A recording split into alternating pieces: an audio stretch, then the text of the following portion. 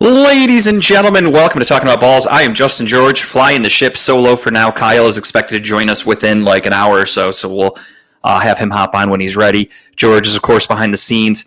I am correcting his typo there. If you look at the headline or the title of the show, it's FLacc-Oh No.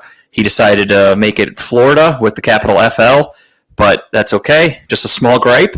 George will hear about this after the show. You guys know how I am. I like to let my producers have it. All seriousness, I'm just kidding. I could care less, but I am sharing the show on Facebook right now, so give me a second. I'm also trying to watch the Guardians game on a TV I brought into my office, and it, of course, stopped the game in the middle of it to say, your Fire Stick has an update. So that's awesome. So I get an update going on for my Fire Stick. Let's do that. But while we're here, let's share the show. The episode is called FLacc-Oh No, because that's exactly how we felt on Sunday, I think, more than a few of us. Today's episode, we're going to break down the Browns game, of course, to start off. We're going to talk about the future of the Browns. What are your expectations, et cetera, because there's been a lot of weird stuff talking about in the local media, to say the least, this week. We're, of course, going to break down every other game from the NFL for week 2. We're going to talk about a little Guardians action, because the Guardians are in the thick of a playoff hunt, and the season's over in about 2 weeks. So down to the wire, kind of exciting. It's almost like you're getting double playoffs because every game is almost a must-win for the Guardians. That's very fun. And then we're going to wrap the show up with our picks for week 2, a breakdown of the Browns versus the Packers on Sunday, and then just the tip. That's going to be today's episode, obviously. But, of course, we start off with bullshit, our BS segment, if you will, for those that don't like cuss words. BS, for me, pretty standard weekend, if I'm being honest. We had Friday night, I didn't do anything. We hung out at home. Tara and I chilled in the hot tub. She watched Ernest Scared Stupid for the first time ever. I love that movie. I watch it every year. She apparently had never seen it. So we watched Ernest Scared Stupid. We watched an episode of the new season of Wednesday, and then we went to bed. Got up Saturday. My sister came over with my mom. They watched Teddy while we went to my wife's new salon. She's moving. For those of you that get your hair done by Tara, please note, she is moving from her current location in North Royalton to a new location in North Royalton. She has switched salons. This time she is getting all of her hopes and dreams. She's always wanted her own room, a large room. She now has that. She has a huge room. It's like as big as, if you guys have been to my house, it's like as big as my bedroom. We have a very big bedroom here. She has a huge room all to herself. She has multiple windows. When she was at a different place in Strongsville a couple of years ago, she shared the room with her friend, which was fine. It was a large room, but they shared it. But you're in like a prison. Like there's no windows. You're just in the middle of a building. So it was fine. It was nice. But, now she has windows. She's got, again, her own place. They put a TV up for her. It's going to be like a whole area. There's a coffee bar in her place. It's really nice. She is more than pumped. So if you want to get your hair done and you don't want to look like a piece of shit, go see her. If you want to save a couple bucks and go into work and be the one that everyone talks about behind your back while you're getting your coffee, they're like, oh, God, did you see Susan's hair? Did you see Susan's hair? Where did she get it cut from? Was Edward Scissorhands cutting it with his eyes closed? She does a good job, so go see her, especially if you're blonde. Apparently that's like a thing. It's like a specialty. Or if you get extensions, get those too.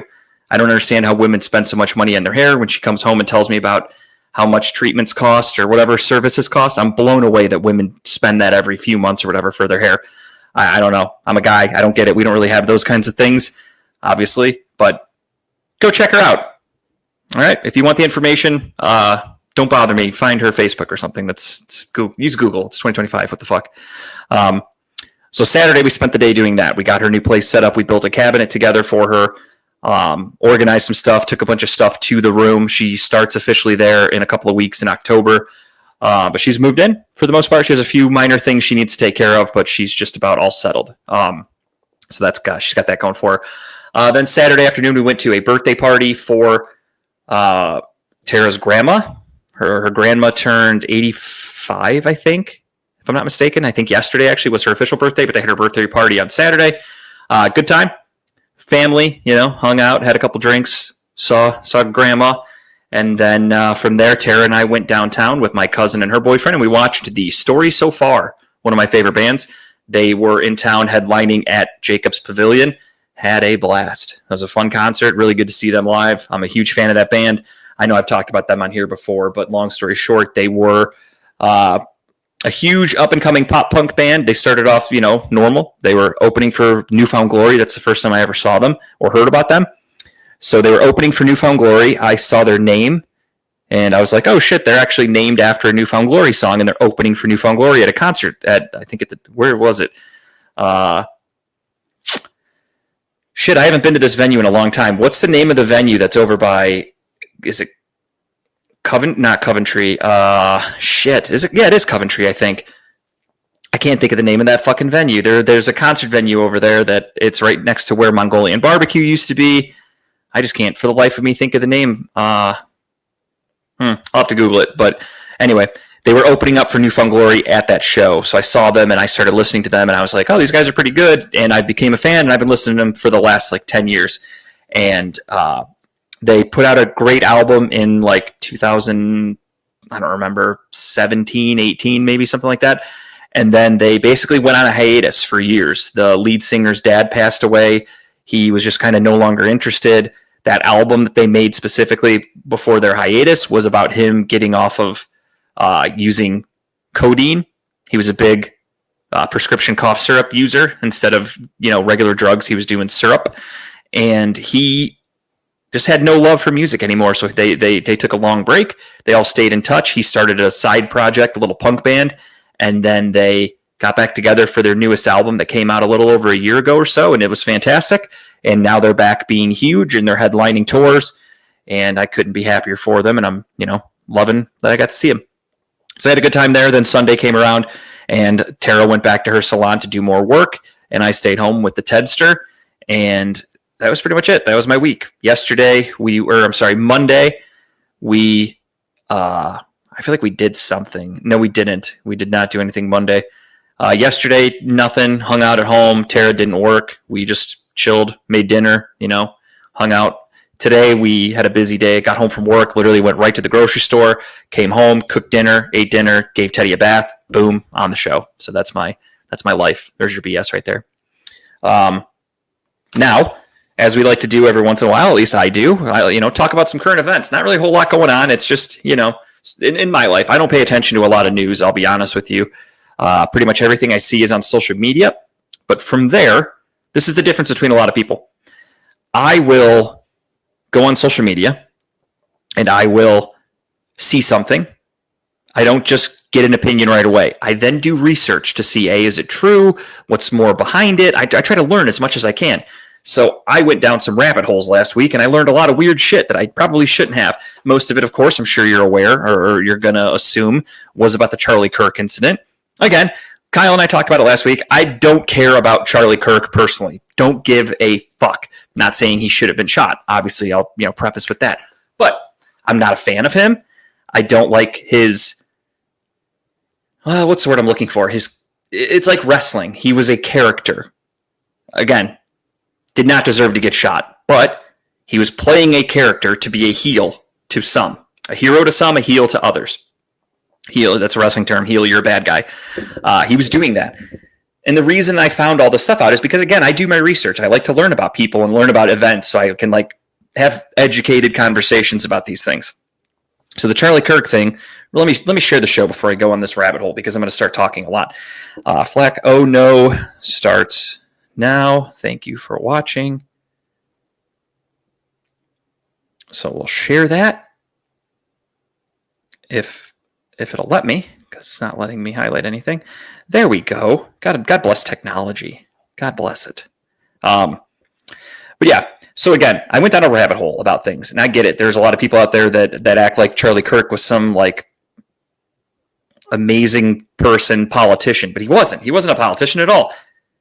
And again, I'm not knocking the guy. I'm just stating facts. He was a college dropout who started doing political podcasting and debates and, doing his shtick. And it worked. It got people interested. He was able to have town halls and have these, huge debates. I mean, the thing in Utah had thousands of kids there. It's awesome. Kids mostly. The funny thing is, yes, there's a lot of his fans, but there's also a lot of people that don't like him at those things because otherwise, what's the point of it? People want to go up there and try to get him into a conversation of okay, so you're against this, what about that? Blah, blah, blah. And they turn into like an argument. That's the whole purpose of these videos. If everybody just walked up there and just said, hey, Charlie, big fan, love everything you do, nobody cares about that. You know what I mean? So again, his thing was to agitate people, to get people to come up there pissed off, to be like, hey, last week you said this, fuck you, the Bible says this, and this is real, and why do you believe in this? And like, it turns into a whole thing. Again, shtick. It's a gimmick. He was a worker, just like, think of it in wrestling terms. He was a bad guy. His persona was to be a bad guy to some. No different than any other thing with wrestling. Like Stone Cold, technically, he was my favorite wrestler of all time. Stone Cold was a heel. He was supposed to be a bad guy. He came out there and he hated the boss. He beat everybody up. He was a bad guy. But he was my favorite fucking wrestler. I loved everything about him. I would defend him tooth and nail. He's the best wrestler I've ever seen, even though I know his moves weren't the best. But he's the greatest on the mic you're ever going to hear. Nobody could move fucking merchandise like that, dude. That's a fact. So he was great. Loved him. But again, his whole shtick was to be a bad guy. And that's totally cool. So back to Charlie Kirk. There was I went down a rabbit hole. I follow some people on social media that are political pundits. There's Sam Seder, I think is how you say it. He's a dude who did a what were they called? Not a gauntlet. I can't remember the name. There's those things that people do where they go and they'll sit in a room and it says like, one guy against, it'll be like a super religious person, one guy against 25 atheists. And then it's just, they come around and they debate and they talk about it. I forgot what it's called. A Jubilee, maybe? Is it called a Jubilee? I don't know. I'll have to look it up. Anyway, so this dude did it, Sam Seder, and it popped up in my feed one day and I watched a clip and I was like, oh shit, this guy seems interesting. So I went and watched the whole thing and I became a fan of his. And I was like, okay, this guy's got some interesting takes. He's pretty sensible. And I think he did voices on like Bob's Burgers. So again, he's not like a politician. So I was like, all right, I like this guy. So anyway, he posted a video. This is again after Charlie Kirk's death. He posted a video about Charlie Kirk and he said something like, worth watching if you're not too familiar with Charlie Kirk, just to see how his changes have swung extreme over the last few years. And in the video, it's an old, like one of the original town hall things Charlie Kirk would do. And somebody came up and was talking to him about like his thoughts on gay people. And he was like, I don't care. He's like, what two consenting adults do is none of my business. And again, this was just a few years ago and he was totally cool with it. He's like, whatever. But then he goes and does these town halls and he talks about how gay people are, shouldn't be allowed in the Bible because the Bible says it, blah, blah, blah. Like he had all these different stances. And did he just jack? Oh, that was foul. Okay, fuck. I'm watching the Guardians game. Stephen Kwan just crushed a foul ball. Long strike. But anyway, so he was just being a little more conservative, not extremist, because obviously his stances for these town halls are to be like as extreme as possible and like quote the Bible and Jesus saved me and blah blah blah. Like he's very extreme, which that's fine. So seeing that and then knowing like, okay, so he changed his stance, and it makes you wonder, did he change his stance because he means it? Like he's seen the folly of his ways of gay people are okay, and now he's like very anti whatever. Or did he just decide to? And the other funny thing was he was doing this town hall with an African-American guy. I don't know the guy's name. It was just a clip the guy posted, so I don't know the details. But there were two of them. It was him, and I believe the black guy was actually gay. So he was doing a town hall with a gay black man, and they were kind of on the same side. The black guy was also conservative. But again, whatever. It was like a 10-minute clip.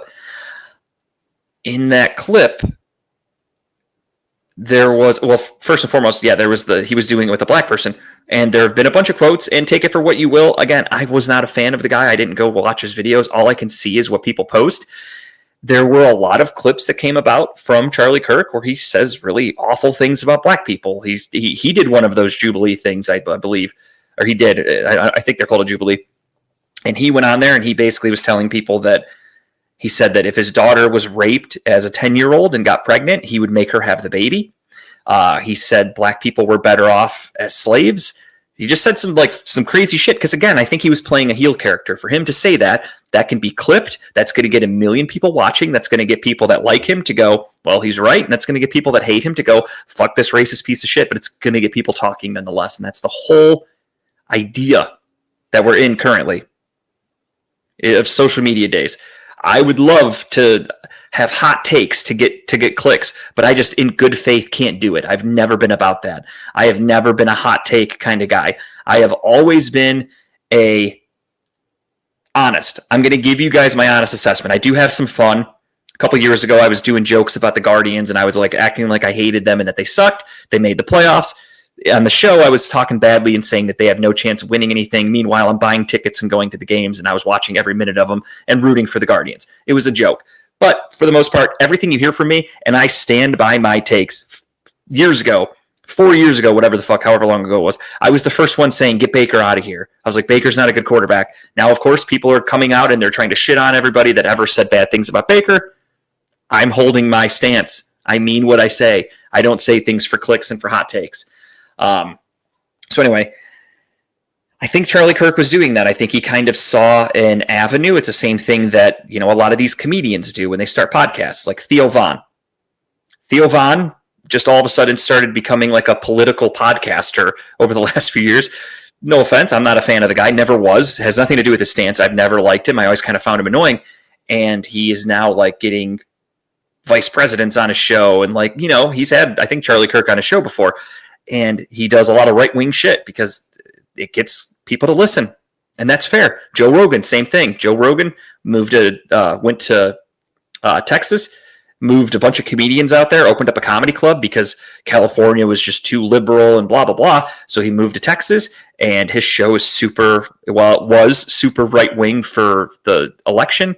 And then now he's like going back on some things and, changing his stance on shit. But again, he was catering to an audience and it worked. More power to him. He got a huge fucking contract with like Spotify or whatever. These guys are characters. That's your first mistake. You're following podcasters. You're not following politicians. That's why it's weird that the president had the flags go half-mast for Charlie Kirk, and teams were doing a moment of silence for Charlie Kirk before the games for baseball and for football. He's a fucking podcaster. He was not some political great thing. Again, he was a college dropout. He was never going to be a president. He was never going to run for president. Or if he did, he would not have gotten anywhere near the votes. He was not a very relevant person in the grand scheme of things. He was a famous podcaster. Sorry, I was watching the Guardians game. But I digress. More power to him. Again, he found his niche, and he dominated it. He knew what he was doing. He shifted further and further to keep an audience and to keep a fan base and to build. And again, he knew what he was doing. You say horrible shit, your fans are going to love it. The people that hate you are going to fucking hate it. But you have to say those controversial things. So that's, whatever. And that's kind of what I said last week. We were doing the show. I said, unfortunately, when you do that kind of stuff, when you're dealing with something that's real life, like wrestling, again, you could play a heel. Everyone knows it's fake, whatever. Some people might get pissed off because they think it's like technically real if you're, shitting on a city, whatever. But to go out there and say, we need a couple gun violence deaths to keep the Second Amendment going for everybody. Okay, that's a fair statement if you want to say that. That's cool. That's a shocking thing to say.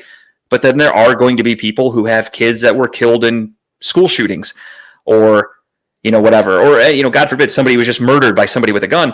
Those people that have a family member that truly affected and changed their lives are going to fucking hate you for that stance. They're going to hate you. Like me personally, I know when he said that weird shit about his daughter, he's a big anti-abortion guy. I don't give a fuck what people do kind of guy. And obviously, for those of you that know what Tara and I went through years ago with the state of Ohio and her medical issues and what we had to do and the hoops we had to jump through and the hell that it put us through, I personally just don't respect people that are that strict about abortions because it's not black and white. When you have a ban on them like there is in Ohio, or a difficult path to follow for that. And, I apologize for being political in this show. I know it's a sports show, but it's the very hot topic current event. So I'm going to talk about it. Fuck you. But for me, that like really deeply irritates me. Like I have friends and stuff who I know are big Trump guys and whatever, and that's totally fair. You can vote for whoever you want. But again, when I see people like promoting guys that have these awful stances that I don't agree with, again, that's your prerogative. But for me, it does kind of make me look at people differently. I'll be honest. That's just who I am. I love my friends and family, and I would think that they do as well. And I would think that they would care about somebody in their lives more than an ideology or another person. But some don't. Some do care more about a person saying shitty things, and that they're going to stick with that because that's more important to them, and that's fine. Your prerogative, again. But again, there are people that hear those negative things that were said from somebody, and they see a family member or a friend liking it, and they're going to go, interesting. And then I don't know why this person did it. The shooter, Tyler Robinson, I think his name was. Maybe Charlie Kirk said some shit that kid really didn't like, and it affected him. And that's why he snapped. I don't know. Again, people do weird shit. But when you're out there spewing this kind of shit that you know is going to just be, you're just trying to garner attention, whether it's good attention, bad attention, whatever, your objective is to just irritate and ruffle feathers and get clicks and views. As I said last week, I kind of grew up under the unwritten rule of you don't discuss money, politics, religion. He basically talked about all of that stuff on an open forum and debated with people. Those are things that people really fucking care about. If you grow up under a certain religion or following a certain religion, if you are a religious person, I know some people that are like super devoted to whatever religion. I'm not a religious person. So again, I'm just using a general blanket here. But when you do that, those people might be really fucking pissed off. They lived their whole lives believing something and thinking, I'm not saying you change their opinion, but they grew up with their mindset of like, this is right. And then this guy's saying, no, your thoughts are wrong. Everything you've cared about is wrong. It ruffles people's feathers. Again, I'm not condoning anything. I'm not condoning violence. I think it's stupid that we have political violence. Again, you're getting frustrated over politics, over people that don't actually care about you. Spoiler alert, most politicians don't actually give a single fuck about you. Most of them are doing it while getting their pockets filled on the side behind the scenes. They don't actually care about you guys. Breaking news. In case you didn't know that. But again, if some people feel great about it, if you want to throw on a MAGA hat and, yell, let's go Brandon at somebody because it makes you feel like a winner, more power to you. Again, I don't get it. I've never really understood the fandom for politicians, but hey, whatever. Make America great again, right? America first. And I think we're doing some business with Netanyahu and Israel. We're doing a lot of work with them to make sure that they come first, apparently. So interesting. But I digress. Back to the Charlie Kirk thing. So yeah, this Tyler Robinson dude got arrested. His dad. That's the other thing that's really fucked up. This whole situation doesn't make any sense. I'm not a conspiracy theorist, but I saw a lot of things that actually do make sense to me. And I'm the kind of guy that I will form my own opinion because, again, I don't trust anything. I'm not a conspiracy theory, like tinfoil hat kind of guy, but I also do not trust this current regime. I think that they're a bunch of fucking idiots. Kash Patel specifically, he was live tweeting, we caught the guy, and then a couple hours later, never mind, we let him go. That's a huge fucking deal to be wrong about when you're telling the American public and the world through Twitter that you caught the shooter of Charlie Kirk. People then, like, that's how people get doxxed or whatever the term is, where like people's families start to get threatened and like crazy shit starts happening in people's lives. And he's like, our bad, we're wrong. Very stupid. Unprofessional, truthfully, how the whole situation was handled. And then the kid's dad convinced him to turn himself in. At least that's the story. And Kash Patel, of course, went on the air to take credit for how great the FBI did when they didn't do anything. He turned himself in. But again, whatever makes them feel good. If they need these small victories to feel good, great. And then on top of that, you have these crazy stories coming out about the shooter. And now they're showing transcripts from texts that don't seem too real. Nobody talks like the way that they're doing, especially a 20-year-old. A dude who's using all these crazy memes, supposedly on the bullets or whatever, was like engraving meme jokes. Don't think he'd have a text exchange the way that the FBI is trying to present it. Kash Patel also said that they have a manifesto from the shooter, but it was destroyed. But they have it. Don't worry. So they're just going to tell us something that we can't actually see because it was destroyed, and we're just supposed to take their word for it. Get the fuck out of here. I'm not buying any of this shit. Very weird. The one thing I am believing, though, that I actually followed and did research, and the fucking proof is in the pudding. And this is where I'm going to sound like a kook, and I'm okay with that. If I had tinfoil here, I would put it on my head because it's a crazy story I'm going to tell you here, and that's okay. I went down a rabbit hole last week, and first thing I saw were people saying that the shooter of well, first off, really quickly, the number one thing they're trying to make sure that they get out there to the public, it was like, again, the MAGA side uses trigger words. I tried to tell people this last year. When Trump was running for office, he used trigger words. It was immigration. It was, the budget, or not the budget, groceries and inflation. He used trigger words and was like, we're going to fix all this. And it made people go, fuck yeah, he is. And then, here we are. But they use trigger words because it gets people all riled up and excited. So the same thing is happening with this situation. The second Tyler Robinson was shot, it turned political. Now everyone's starting to say he was a radical leftist. J.D. Vance is out there saying it's the radical left. Trump immediately made a video the night of the shooting and said, it's the radical left. Just crazy to politicize a shooting when you didn't even have the guy. You didn't even know who it was yet. And they were out there doing interviews saying it's a radical leftist. Then they catch the kid. First off, one of the bullets had a gay joke on it. It said, if you're reading this, you're gay. Haha. Would a radical leftist make a gay joke? Or wouldn't they be compassionate about gay people? Isn't that like the woke extreme leftist people? They wouldn't make gay jokes, right? They'd be woke. So that doesn't add up. Then immediately they started to throw out there, oh, he had a trans roommate. Again, I don't know what to believe. I saw that he lived with his parents.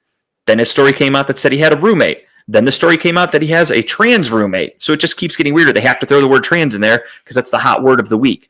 Because a trans kid shot up a school a couple weeks before, so now everyone wants to be anti-trans. So they had to throw in that it's a trans person. No idea of who this person is. So far that I've seen, there's nothing that actually confirmed that he lived with a trans person or any of this existed. Also, if he's an extreme leftist, why is he afraid to admit that he's with a trans person or is gay? Whatever the case may be, why would he be ashamed of that and hiding it? Because they said it was like a secret thing, what I saw. Why would an extreme leftist be ashamed of being gay and ashamed of being with a trans person? Wouldn't they be pretty proud of that if they're an extreme leftist? Who would be ashamed of that and hiding it? Maybe somebody on the other side of the fence. That type of person isn't really as accepted in that community. That's probably when you would hide it. No? That kind of makes sense to me. Okay, so now I get into the rabbit hole that I wanted to tell you guys about, and I'll be quick because I want to wrap this up. I saw people posting saying that he was a Nick Fuentes groiper. These are all things that were new to me. I heard of the name Nick Fuentes because he was in the news a couple of months ago or whatever for somebody like stalking him at home or something, I believe. Didn't really know anything about the guy, truthfully, other than that. Same thing. I just thought he's a podcaster, whatever, does political podcasts. Don't care. I never followed him or did any research. Then this broke. And I saw some people saying Tyler Robinson was a groiper. I said, what the fuck's a groiper? So I had to Google it. Turns out a groiper is a very, very far extreme. So Charlie Kirk, so you have down the middle, you have, liberal, you have extreme leftist. On this side, you have conservative, Charlie Kirk, Nick Fuentes. If you can't see, my arm is so far right. Nick Fuentes is basically a Nazi from what I've read. He is very anti-Jew, which is ironic. His name's Nick Fuentes. I assume he's not all just white American blood, but I digress. He is a super far right, basically. Again, like this is again from what I've read. I don't follow the guy, but everything I've read about the dude basically says he is as close to a Nazi as possible. Very anti-Israel. The Jews are controlling everything. The Jews need to be stopped. He was a big Charlie Kirk hater. He spent a lot of years talking shit about Charlie Kirk, telling his followers that Charlie Kirk was a fake conservative and a fake Republican, and he's infiltrating the Republicans for Israel, and that he's a sellout for Israel, and he's a fascist, and he's this and that. So these are things that came out of Nick Fuentes' mouth, supposedly, from what I read, and I did see some clips that back this stuff up.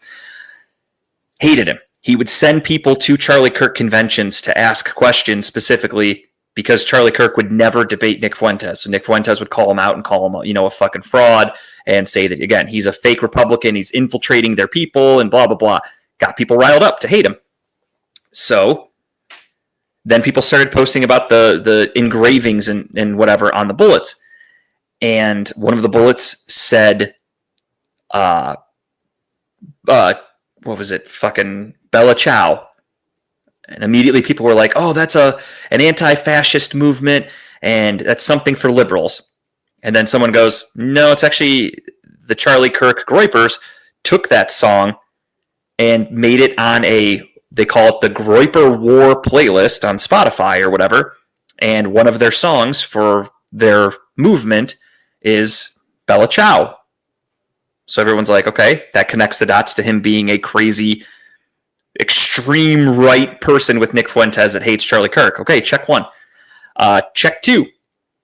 He dressed up for Halloween one year. First, he had a Trump costume thing. Again, I don't know. It was a weird picture. It's from like 10 years ago, so I'm not really putting any stock into that because he was a kid. But a few years ago, he did dress up as a meme of Pepe the Frog, it's called, which is the Groyper mascot. And there's a meme with this frog in a tracksuit, crouched down, like in like a weird rap music album cover stance, if you will. I don't know how to describe it. But it's a meme with the frog, Pepe the Frog, which is the Groyper mascot. He dressed up as that for Halloween. Okay. Check two. Then the haha, if you're reading this, haha, you're gay, is another thing that people linked to a Groyper like group chat. They say stuff like that. I don't remember that one. That one was a little weird, but again, I don't think an extreme leftist would make a gay joke on a bullet. So that one was kind of weird. The other one said, catch this fascist, which apparently, again, Charlie Kirk was calling, Nick Fuentes was calling Charlie Kirk a fascist to get his like followers to hate him. So check number three, he wrote, catch this fascist, and then shot him in the neck. And then there was another one with like some weird arrows on it, which is apparently like a video game code for a game called Helldivers.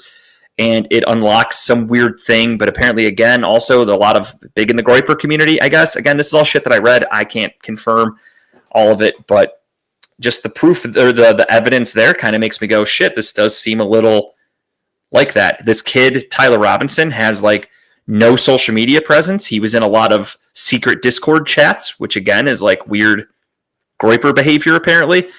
So again, I'm not saying that's the case, but to me, and I'm not trying to politicize this. I'm not going to like point fingers and be like, oh, this was your person. To me, it looks like this dude was a weird, extreme right-wing person who didn't like Charlie Kirk because Nick Fuentes convinced them to hate him. And the funny thing about that is also Nick Fuentes, within a day or two of them catching the kid, when all of a sudden all the stuff came out that they said he might be a Groyper, Nick Fuentes made a video of like, if you commit gun violence, I condemn you as a fan and blah, blah, blah. Like he immediately made a video of like, hey, PSA, don't use guns. Why would he do that if he didn't really think that it was somebody that was a part of his group? You know what I mean? I feel like you wouldn't really have a guilty conscience about that if it weren't true. If this was some extreme leftist, why is Nick Fuentes talking about that when this guy, people are linking to him? So very weird. And then immediately after the death, again, Netanyahu, the leader of Israel, and Donald Trump both tweeted about Charlie Kirk's death at the same exact time. And there's a bunch of shit coming out now that Israel and Charlie Kirk were trying to buy off Charlie Kirk, and he refused. He was starting to turn on Israel a little bit, but he used to be very pro-Israel, and that's what got Nick Fuentes to talk shit about Charlie Kirk and say, like, here's this guy who's pro-Israel, you know, the Jews are infiltrating this and that, blah, blah, blah. And you know, this is crazy shit. I went down a fucking deep rabbit hole. I learned a lot. And I made one post about the whole situation. Two, technically, if you want to get technical. I made one basically where I just said, it's really fucked up the state that we live in, the current state of the country, because this dude was shot and immediately all anybody cares about is who did it. Was it a left-winger? Was it a right-winger? That's all anyone cares about. The human life is so just has no value anymore because, again, when somebody gets killed, the first thing anyone wants to find out is who did it. And not because they want them prosecuted. It's so they can point a finger and say, haha, it was your side. So fucked up. So I made a long post about that because the woman, Melissa Hortman, and her husband in Minnesota, the lawmakers, they were both killed in June by a guy who was a MAGA person. He had a long list of Democrats he was going to try to kill before he got caught. And again, political violence, there's no room for it, whether it's actual politicians or a guy like Charlie Kirk, a character. There's no room for it. But the fact that as soon as somebody gets killed, that's the first thing anybody cares about. And again, it didn't help when Donald Trump did that. If you look at what Democrats tweeted, every single one of them were just saying, hey, there's no room for political violence. Our thoughts and prayers are with Charlie Kirk and his family. And then everybody else is just, the lefts don't know what they started. This is a war. And like, it's just, again, so fucking unbelievable how there's no value to life anymore. Because the first thing anyone wants to do is just take credit or put credit on somebody else to blame them, or place blame on other people. So I made a long post about that. I basically said, like, my news feed was dead silent because I went back and looked at some people that were going crazy and posting about Charlie Kirk every 10 minutes. And I went back and looked at their feeds and I said, you didn't give a fuck about the lady from Minnesota and her husband who were shot right in front of their daughter, if I'm not mistaken, right in their home. But Charlie Kirk, they're freaking out about, which, again, your prerogative, but it's just a simple fact of, like, why is his death more important than theirs? And I was just very irritated, again, seeing family and friends that I love and respect going crazy about Charlie Kirk. And it's like, okay, you want to post about it, that's totally fine. But then when people would comment and they would get into a little altercation, it just turned into, like, blaming and everyone saying the left should be ashamed and blah, blah, blah. And I'm just kind of like, man, you guys are fucking nuts. That's just really, again, makes me look at people in different light and lose a lot of respect for people. But, that's just for me to internalize and to digest myself. I'm not going to call these people out. I'll still remain friends with them and socialize with them when I have to. But, again, I will look at some people differently and, I'll go from there. But again, that's my cross to bear, as they say. So yeah, I made that post. I got into only a couple of arguments about the whole situation. I've kept jokes to myself. I had some funny ones that I wanted to post, but I know how sensitive people are. And that's the other funny thing. Charlie Kirk ran on free speech. Everybody and their brother that loved him was like, hey, this guy got killed for just trying to speak his mind and have free speech, blah, blah, blah. And then what's going on behind the scenes is right-wingers are trying to get people fired if you made a joke post about Charlie Kirk. So it's free speech as long as you say things they like. That's where we draw the line. Okay, whatever. So yeah, that all happened. I got into a couple arguments. Kyle even texted me because I got into an argument with one of his buddies, but his buddy, again, I was polite. I just posted my 2 cents about the whole situation of how one side can, makes jokes about the ones getting killed and it's a horrible thing. Then the other side does it and it's, they act like that their side didn't do it as well. Not that it makes it right. 2 wrongs don't make a right. An eye for an eye makes the world blind is what I was telling people. But his one buddy, Kyle's friend, jumped on and immediately was just going, you're an idiot and blah, blah, blah. So I was like, okay, you want to call me names? I fucking went off. And happened to another friend of mine, well, ex-friend, I guess I should say. I made that post again. I even put in the comments, I said, I'm not interested in arguing. This is just my 2 cents. So if you want to argue, fuck off, argue with a wall is exactly what I put. One of my ex-friend, I guess, he commented on it with laughing emojis and, was like basically bashing my post because of that. And it's like, I wasn't even trying to stir the pot. What I said is factual. If you don't want to agree with it, that's fine, but it's factual. So for him to come at my post with the laughing emoji, he laughed at it in the, like, you can like and do different emojis. He did that. Then he put a bunch of laughing emojis in the comments and said some, bullshit. So to be a dick, I went on his page. He had posted a picture of Charlie Kirk and was like, it was, a sappy, sad post and, bashing anybody that makes fun of it. I laughed at it. Next thing you know, I went back on Facebook. It said, add friend next to him. So he unfriended me for that. So whatever. If you're, again, we're the left wingers are the snowflakes, which I've decided I don't even think I'm a left winger anymore. I did a little research last week. And maybe I'm just an idiot because I'm not that informed about politics, but I feel like libertarian is kind of more my style. It's more of like, just leave me the fuck alone. The state shouldn't run shit. Just leave us all the fuck alone. I kind of think I side a little more libertarian than anything, but I understand there will never be a libertarian president. So it's just, again, for me. But I've pretty much moved past the Charlie Kirk thing. I'm kind of sick of seeing about it, if I'm being honest. I do love that we are in the, fabulous America, the great United States of America, where our attention spans are like goldfish, and there will likely be another school shooting or a tragedy of some sort that happens in the next few days, unfortunately, but that's just the country we live in. And all of this Charlie Kirk stuff will be forgotten, and that'll be pretty much the end of it. So we'll go from there. and it looks like Kyle is here. So we are ready to recap the Browns and the Ravens. Not a whole lot to recap. Hey, Kyle, what's going on? What I miss? Are we talking about Baker Mayfield's MVP run yet? Where are we at? That's what I miss. No, we are not having a fictional episode today. Don't you worry. Wait, we have breaking news. DC Council has approved a new Commander Stadium at the site of the old RFK Stadium. It was the last hurdle. RFK Stadium project is now a full go. Okay. Good for the Commanders. They're going to get themselves a new stadium. I caught most of what you were. I jumped on, but I turned down when I just got to the hotel room and I was going through some stuff and I heard you were talking politics. So I was like, I'm going to wait till he gets to the end of the rant and I'll jump on here real quick. So.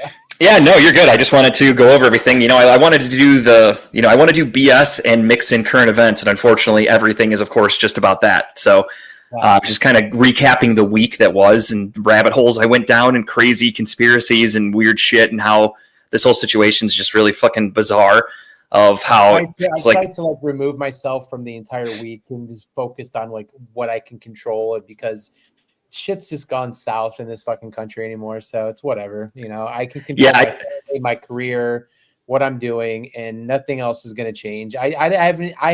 It's taken everything in me to not get involved in certain friends of mine's extreme posts and make comments and not have my opinion. So fuck it. I just don't even care anymore.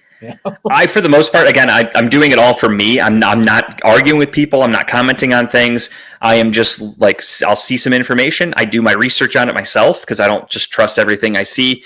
And I kind of go from there. So that was the whole spiel I was going on, was about the just the weird shit that's happening with the FBI and how they're like, oh, we found a manifesto, but it was destroyed, but we have a copy of it and we're going to be able to have it. And then we have this weird text thread that even when a guy like Steve Bannon even looks at it and goes, yeah, this doesn't seem right. This seems made up. I'm like, there's something to that. It does seem a little fucking off. So just the whole situation's bizarre. I don't know. But again, like you said, we haven't been able to trust the FBI since J. Edgar Hoover formed the FBI. So, that's again. Anything I see, I look at it and I'm like, I don't know. I'm gonna look up some other things here because I don't trust that. So that's pretty much where we're at. But yeah, that's taken the brunt of life just everywhere. Go from one execution to another execution. What a transition that is. Yeah, here's another dude that needs to be taken behind the woodshed, and that is Joe FLacc-Oh, ladies and gentlemen. That's why this episode is called FLacc-Oh No, because I feel like that's how we all felt Sunday. That's what we all said to our televisions when Joe FLacc-Oh, the 40-year-old quarterback, looked every bit of 40, if not older, on Sunday against the Ravens. The Browns were actually in this game for most of the game. The defense was playing lights out. Lamar Jackson didn't know what to do with himself, and the offense just could not fucking move. Don't get me wrong. This is the funny thing. The Browns I don't understand how, they were the fourth place team. They had the number 2 overall pick. They were one of the worst teams in football last year. When you have a bad year, you're supposed to get a 4th place schedule the next year, which what that means is easy. How the fuck is this first few weeks of the season an easy schedule for the Cleveland Browns? We have the Bengals, who, for all things considered, were considered a playoff team, if not a Super Bowl contender, with Joe Burrow, Jamar Chase, when they were healthy. That's what everybody thought. We take on them week 1. We play well. We look good. And we lose still because of some missed kicks, but we actually played them really well. And you're like, okay, not too bad. Then we faced the Ravens, who had put up 40 points on the Bills a week ago. The Ravens, again, considered a Super Bowl favorite for a lot of people, with a multi-time MVP at quarterback. The Browns play them. The Browns lose, and Browns fans are freaking out. They want Stefanski fired. They want Barry fired. They want everybody gone. This team fucking sucks. And it's like, what do you expect? You played the Ravens. Did you really think you were going to win that game? And then, of course, you look ahead at the schedule and you go, okay, maybe it'll get better. No, we have the Packers on Sunday, who are probably the best team in football. We have the Lions the week after, who are one of the best teams in football. I literally may not watch the game on Sunday because I don't see any point in watching it. I don't see any success unless we bench. I mean, I haven't been keeping up at any news this week, so I'll trust you on this. Is there any talk of benching FLacc-Oh for week 3? No, that got asked immediately on Monday, and they said, or right after the game, and because Dylan Gabriel, of course, played that one series, and right after the game, they said, Now, they asked Kevin Stefanski, they're like, did you take out FLacc-Oh just for that because of the score, or was he benched? And he said, no, we just took him out because it's the end of the game. Wanted to get Dylan some reps in that situation. And they were like, so next week, is Dylan Gabriel going to be going in as a starter? And they were like, no, it's Joe Flacco. He immediately shut that down. Then the next day, they had a press conference with him. I think Tony Grossi specifically asked, he said, are you going to be giving Dylan Gabriel any more first-team reps in practice to get him ready for the game Sunday, just in case? And Kevin Stefanski said, no, we are not concerning ourselves with that. Our focus is on the Packers with our current situation. So basically said, yeah, Joe Flacco's your quarterback, which I totally understand. Joe Flacco, I think, will be your quarterback until at least week 5. Week 5 is against the Minnesota Vikings, and I don't want to look too far ahead, but there were a lot of injuries for quarterbacks in the NFL, J.J. McCarthy being one of them, potentially. The rumor is he has a high ankle sprain. High ankle sprains tend to take about a month to heal, which would more than likely put J.J. McCarthy as out for the game in England against the Browns in 3 weeks, which means they will have to start, assuming he stays healthy for the next 2 weeks. Carson Wentz is a starting quarterback for the Minnesota Vikings this week. So that game, I could potentially see us putting in Dylan Gabriel. The only issue with that, though, is Minnesota has one of the best defenses in football. Brian Flores is a great defensive coordinator, and Minnesota has a fantastic defense. I know they got their asses kicked the other day by Atlanta, but all things considered, they have a great defense. So gun to my head, and that's what's really tough for Dylan Gabriel, but unfortunately he's going to have to get thrown into the Wolves because after Minnesota, let's say we stick with Joe Flacco even for that game. The next week, we play the Steelers, so it doesn't get really any easier for Dylan Gabriel. The only good thing, though, is the Steelers' defense looks like it kind of sucks. They gave up a shitload of points to the Jets. They gave up a shitload of points and lost to the Seahawks. The Steelers realistically could be 0-2 just on a couple of weird fumbles that the Jets had. So the Steelers are a very winnable game. Does that mean Dylan Gabriel comes in? To be determined. But I do think, at minimum, Dylan Gabriel will be our starting quarterback by week 7.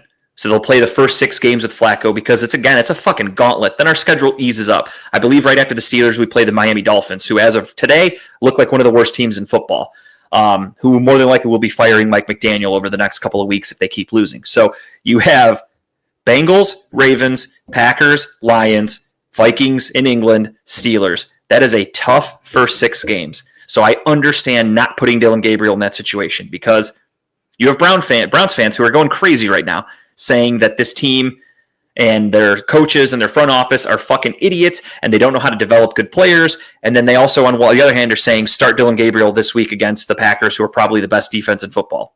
So I think not playing him is probably better for his development than it would be to throw him out there. Throw him in a deep end. Just let's see what happens, right? That's the thing. I think that they're doing it the right way. They're letting him develop. They're going to give him till give or take week 5 or 6 to sit behind Flacco and to stay on the bench, and then he'll get his time. Putting him to the Bengals, let him get his murder over with because they need the help, and then we'll go with Gabriel. So Jake Browning's better than Joe Flacco by a country mile, so I don't think the Bengals have any interest in that. I saw people that were posting yesterday. They're like, hey, Bengals, need a quarterback? We have Shedeur Sanders. And it's like, yeah, Jake Browning's better than Shedeur Sanders. Jake Browning, yes, he threw 3 interceptions, but he actually moves the ball pretty well for that offense. So, Chase, Jamar Chase finally got off the fucking shitter and put up some points last week. Yeah, he just needed Denzel Ward to not be on the field. He needed to go up against Travis Hunter, apparently. So, yeah, the Browns got their asses kicked. It was embarrassing, but there were some really good-looking plays. Again, defensively, the Browns looked excellent. Offensively, they looked lost. Quinshon Judkins looked decent. Overall, the offensive line... I thought it looked good, yeah. Yeah, he looked very good. I mean, the numbers don't really back it up because, again, Baltimore is one of the best teams in football. But Quinshon Judkins, I follow a lot of analytical nerds. Quinshon Judkins was actually one of the higher-rated running backs because of his production and like what they expect him to do in the future. I don't know how all these statistics work, but there was a chart that a guy posted that I trust with his opinion, and Quinshon Judkins was like the second highest running back on his chart, and I was like, oh shit, that's kind of good. So moving forward, Quinshon Judkins will get more touches because he is your feature back. It was just a matter of getting him into game shape. Not an easy task this Sunday against the Packers, but it is what it is. You got to do what you got to do. So, yeah, the Browns got their asses kicked. Defensively, Myles Garrett was a stud. Mason Graham looked like a fucking dog. They shut Derrick Henry the fuck down.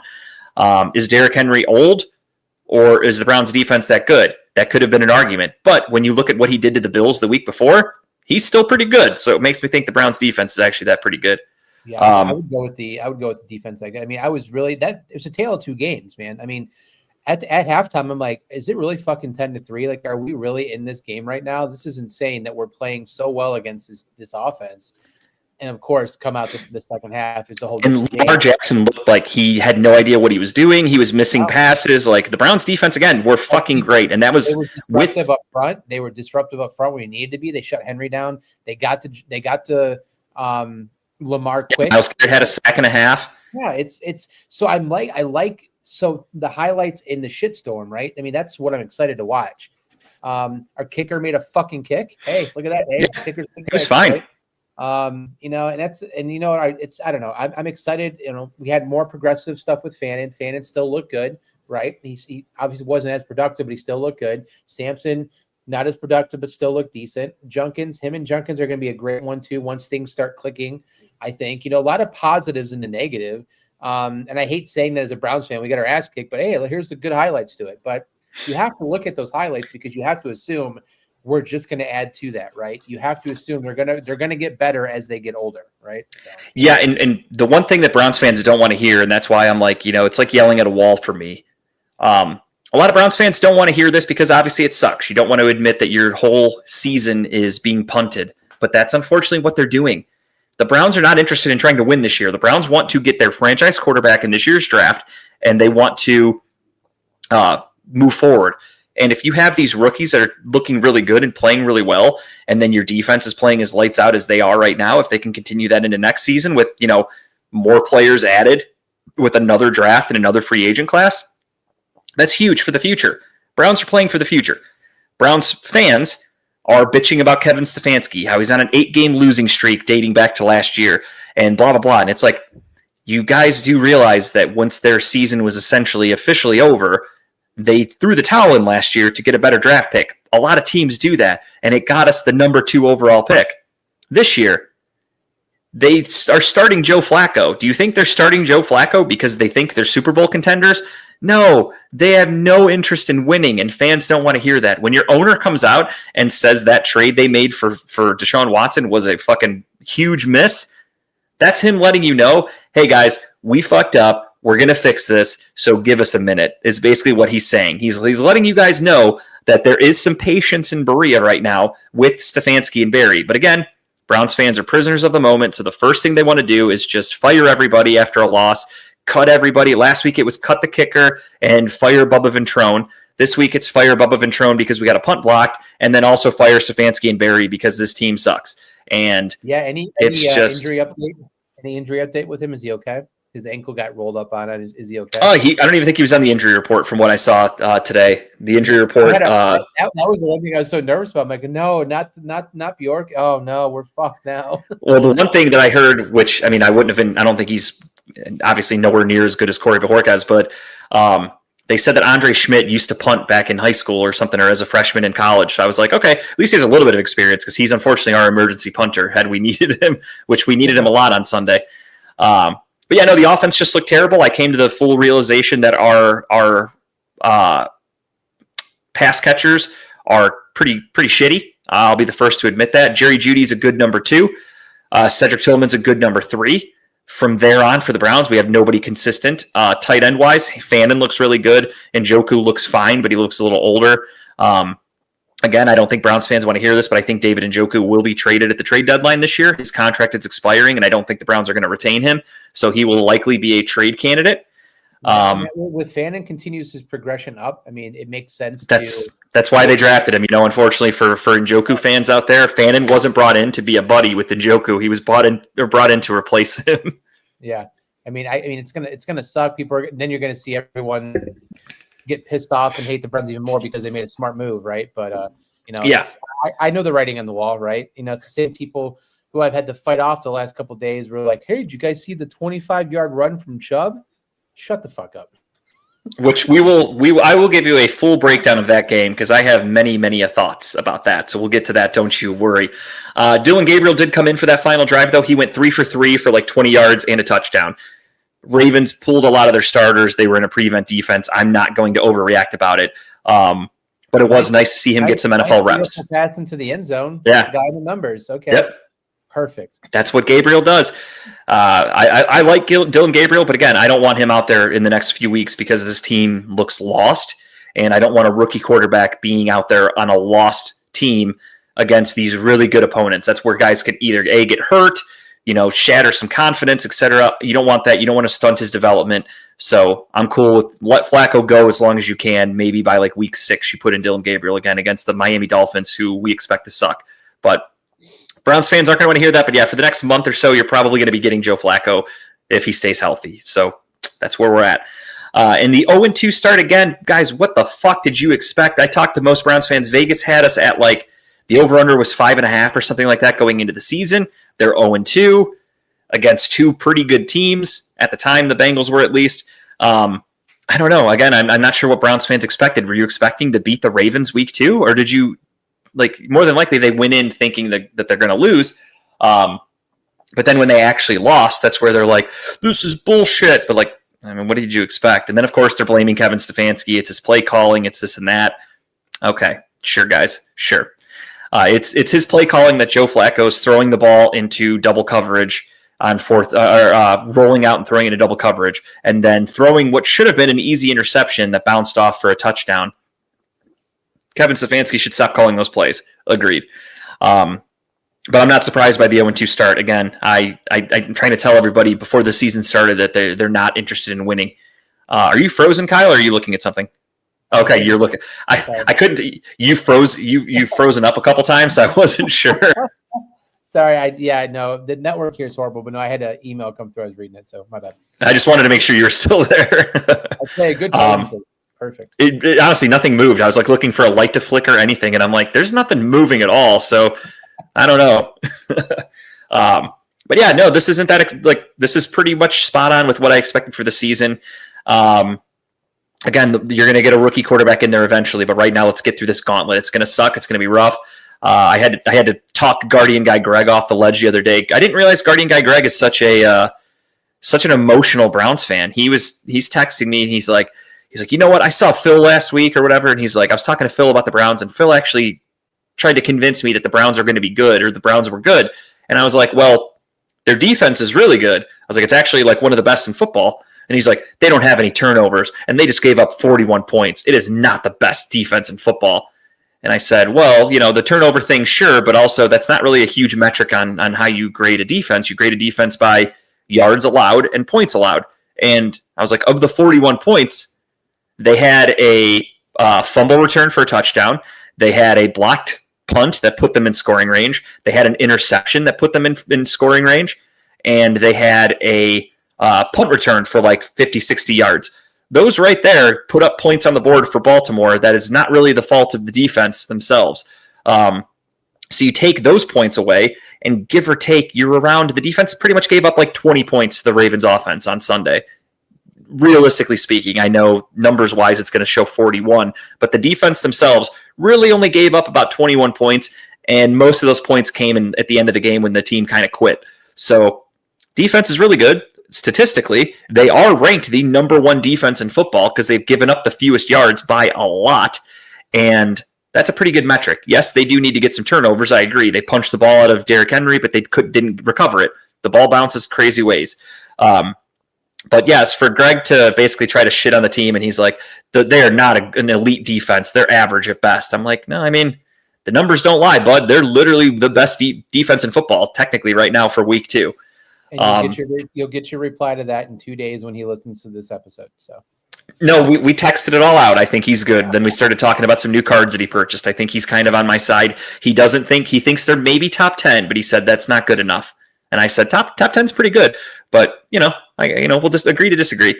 But offensively, I tried to tell him, I'm like, dude, the Browns suck this year on purpose. They have 2 draft picks in the first round next year because they're looking to fill some holes with young talent. Because it's obviously the Deshaun Watson contract backfired, so they're playing it smart. They're now going to have at least you assume they use both picks. You're going to have 2 first-round players on rookie contracts for a team that's going to be a little tight with the cap, because I trust Andrew Berry to make the cap work, no problem. But you're going to have 2 first-round picks we assume, unless they trade up for something, and you're going to have them on rookie contracts, which you can afford no problem. So smart way to build your team. If you hit on that quarterback, you're all good. Everything's going to be fine.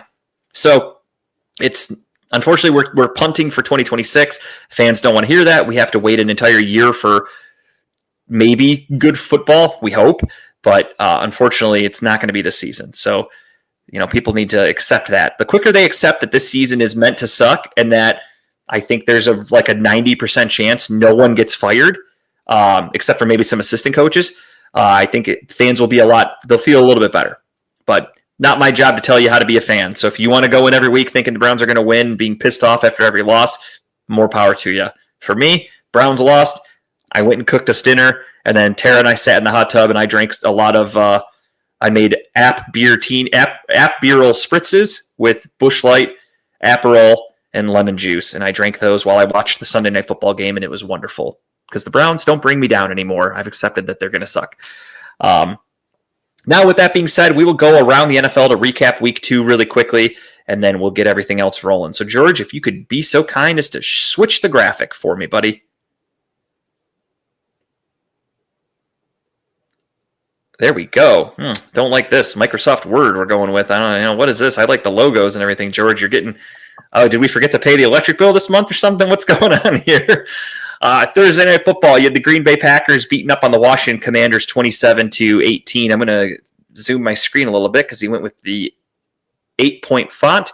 The Green Bay Packers beat the Washington Commanders 27-18. Cincinnati Bengals win 31-27, which, hey, Browns fans, 2 W's on Sunday. The Browns lost, which helps their draft position, and the Jaguars lost. Don't forget, we're rooting hard against the Jags this year. And Travis Hunter has, I think, 6 catches for 50 yards on the season. So far, you traded away Travis Hunter. He's done very bad, jack shit. Very poorly timed pass interference call.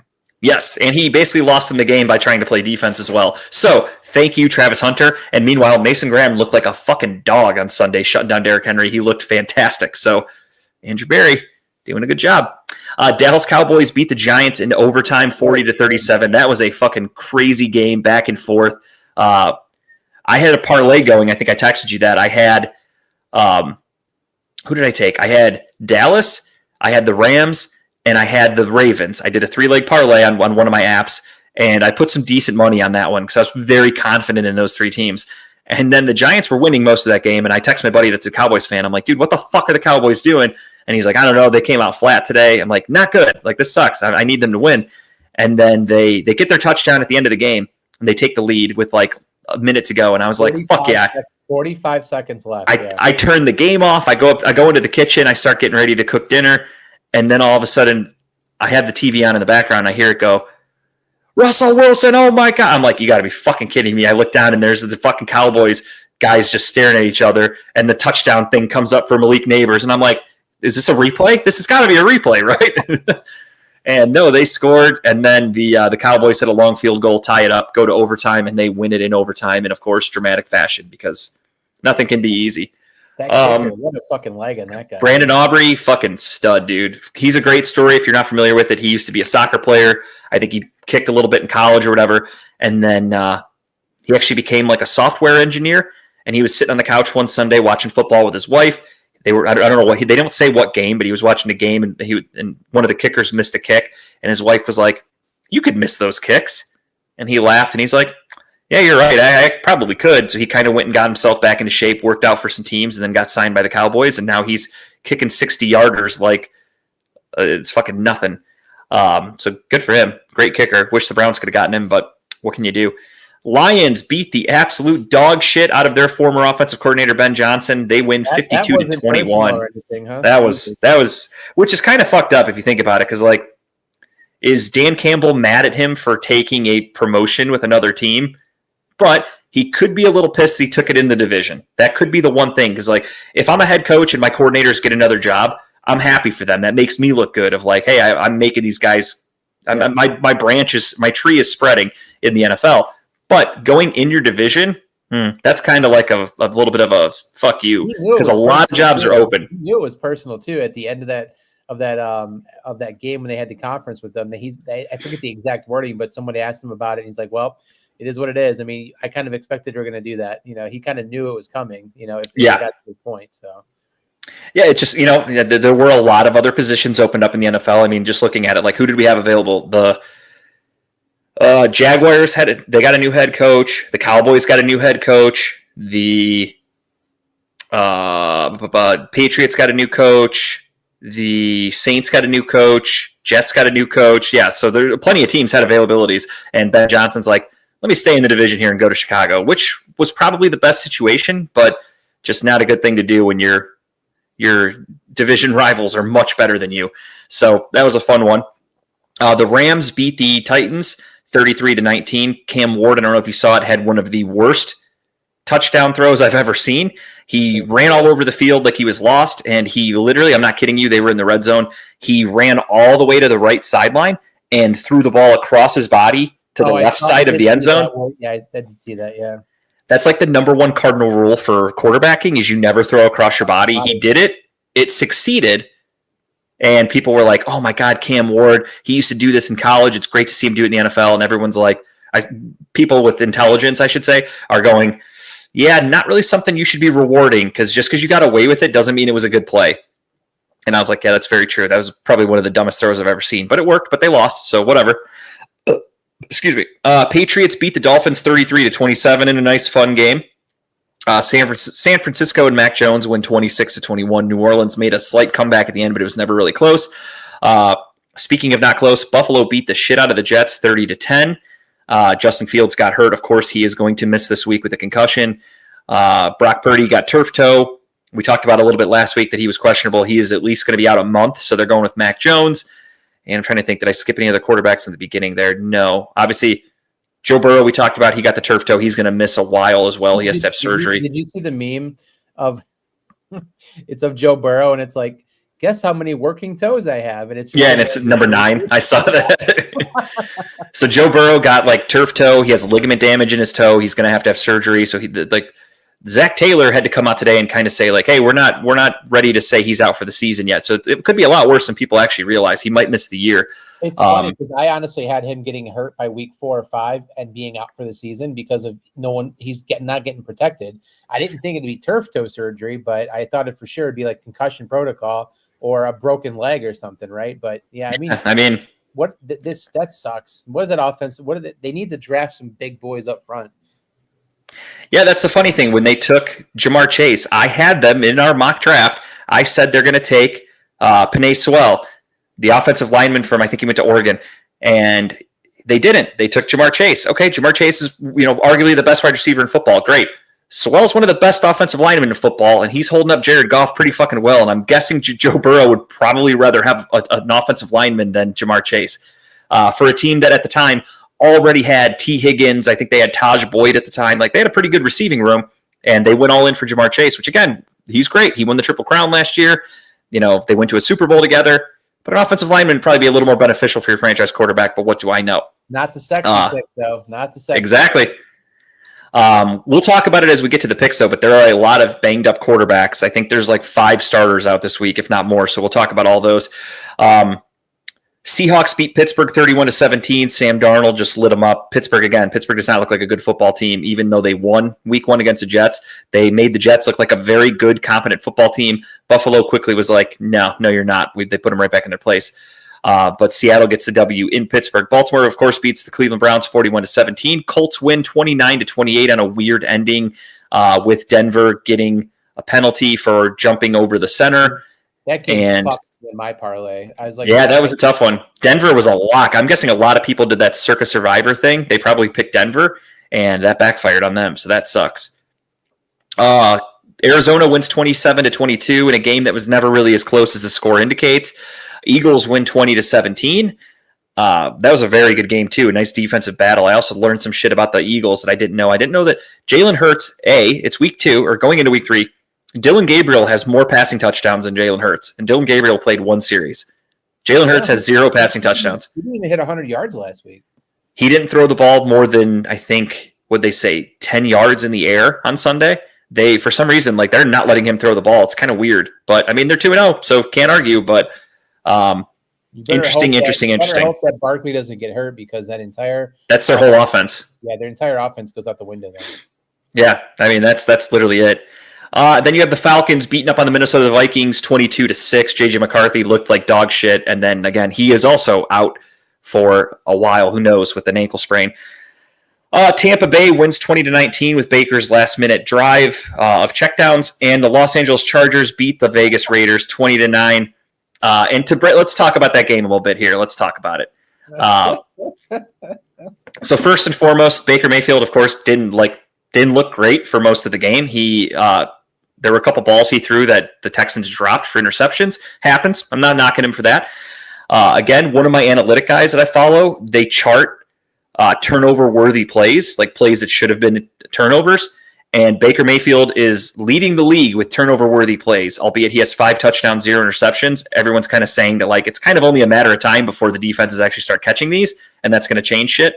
But yeah, they won the game. That's great. The Texans also are a pretty bad team for whatever reason. They are averaging like 10 points a game. They scored, I think, 9 in week 1, and they scored 19 in week 2. So if you balance out the average, give or take, like 15 points a game. So their offense isn't very good. Defense is average at best. And the Nick Chubb touchdown, yes, Browns fans are going to, of course, they immediately woke up and they were like, oh, it would be nice to have that guy in the team. Really quick, though, Nick Chubb had a bad game all the way up until that final run. And I immediately started telling my friends, I said, the Buccaneers let him score. And they're like, what do you mean? I said, go back and watch it. They literally just kind of stood there, didn't really dive at him. They jogged past him. They let him go to the end zone because they wanted the ball back. The Buccaneers knew that there was a slight chance that if the Texans they had the opportunity to get 2 more first downs, they could have killed the clock and just kicked a field goal and walked out with the W. So the Buccaneers were like, hey, get us the ball back with as much time as possible. Let him go. So they let him score that touchdown because they even asked him. There was an interview today in the locker room. One of the reporters asked, I don't know who it was, one of the Buccaneers defenders, and they said, did you guys let him score on that play? And he just goes, yeah, that was a good schemed run by the Texans, and like he really just didn't answer it. He didn't say yes or no. He just said it was a good play call by the Texans. And I watched the replay 100 times. You watch guys like Antoine Winfield, who's a fucking bullet who will go after everybody. He was jogging at Nick Chubb. They let him score. Kudos to Nick Chubb. I'm not taking anything away, but he was having a very bad night. I think he was averaging like 1.5 yards a carry that day until that one run. You got to get a little guy some confidence, okay? Yeah, no, again, not knocking it. They gave it to him, though, because they wanted the ball back. And then, Baker, except for that 4th down run, which was very impressive. He got out of the sack and he ran for the first down. But if you really watch that drive. I thought he was swallowed up. He went missing for a minute. Did you see that replay? Like, whenever. Oh, yeah, he's so little. Yeah, you're like, shit, where did he go? He collapsed in the pocket. I thought Baker just was. And then he crawled under one of their legs and he scurried for the first down. He didn't have to crawl. He just walked. He didn't even duck. Yeah, he walked right through. But yeah, he did it. I mean, truth be told, again, people are going to call me a hater, but I'm just calling it like it is. He really did check the ball down a bunch. Like he checked it down to the running back who broke like 5 tackles and got like a 25-yard gain. He did have a nice pass to Ibuka who dropped it. He had. Yeah, that was a good one. I needed that because I had a parlay going for that game and I needed Ibuka to get 40 yards. He had 39 at that catch and dropped it. And I went, okay, this like 20. This is like a nice 20-yard pass, and he had it and just dropped it. So as soon as he dropped it, I was like, okay, this parlay is not going to hit. I'm not very confident in Ibuka getting another catch. And again, kudos to Baker. He did everything right. They won the game, but he's 2-0 on the season in the South. He was 2-0 last year. They usually tend to end the year with about 9 to 10 wins, which is all you need in the NFC South. So great. Kudos for Baker. And everybody's, of course, you would have thought they won the Super Bowl on Monday night by beating the 0-2 Texans. The Texans are not some barn-burning, NFL great team. They're 0-2 right now and averaging 15 points a game. In almost a year. I don't know. No. Stroud is going through an extended sophomore slump. Haven't found a good site yet. Working on something else for results. Okay, I just saw your comment, George. That works for me, man. All right.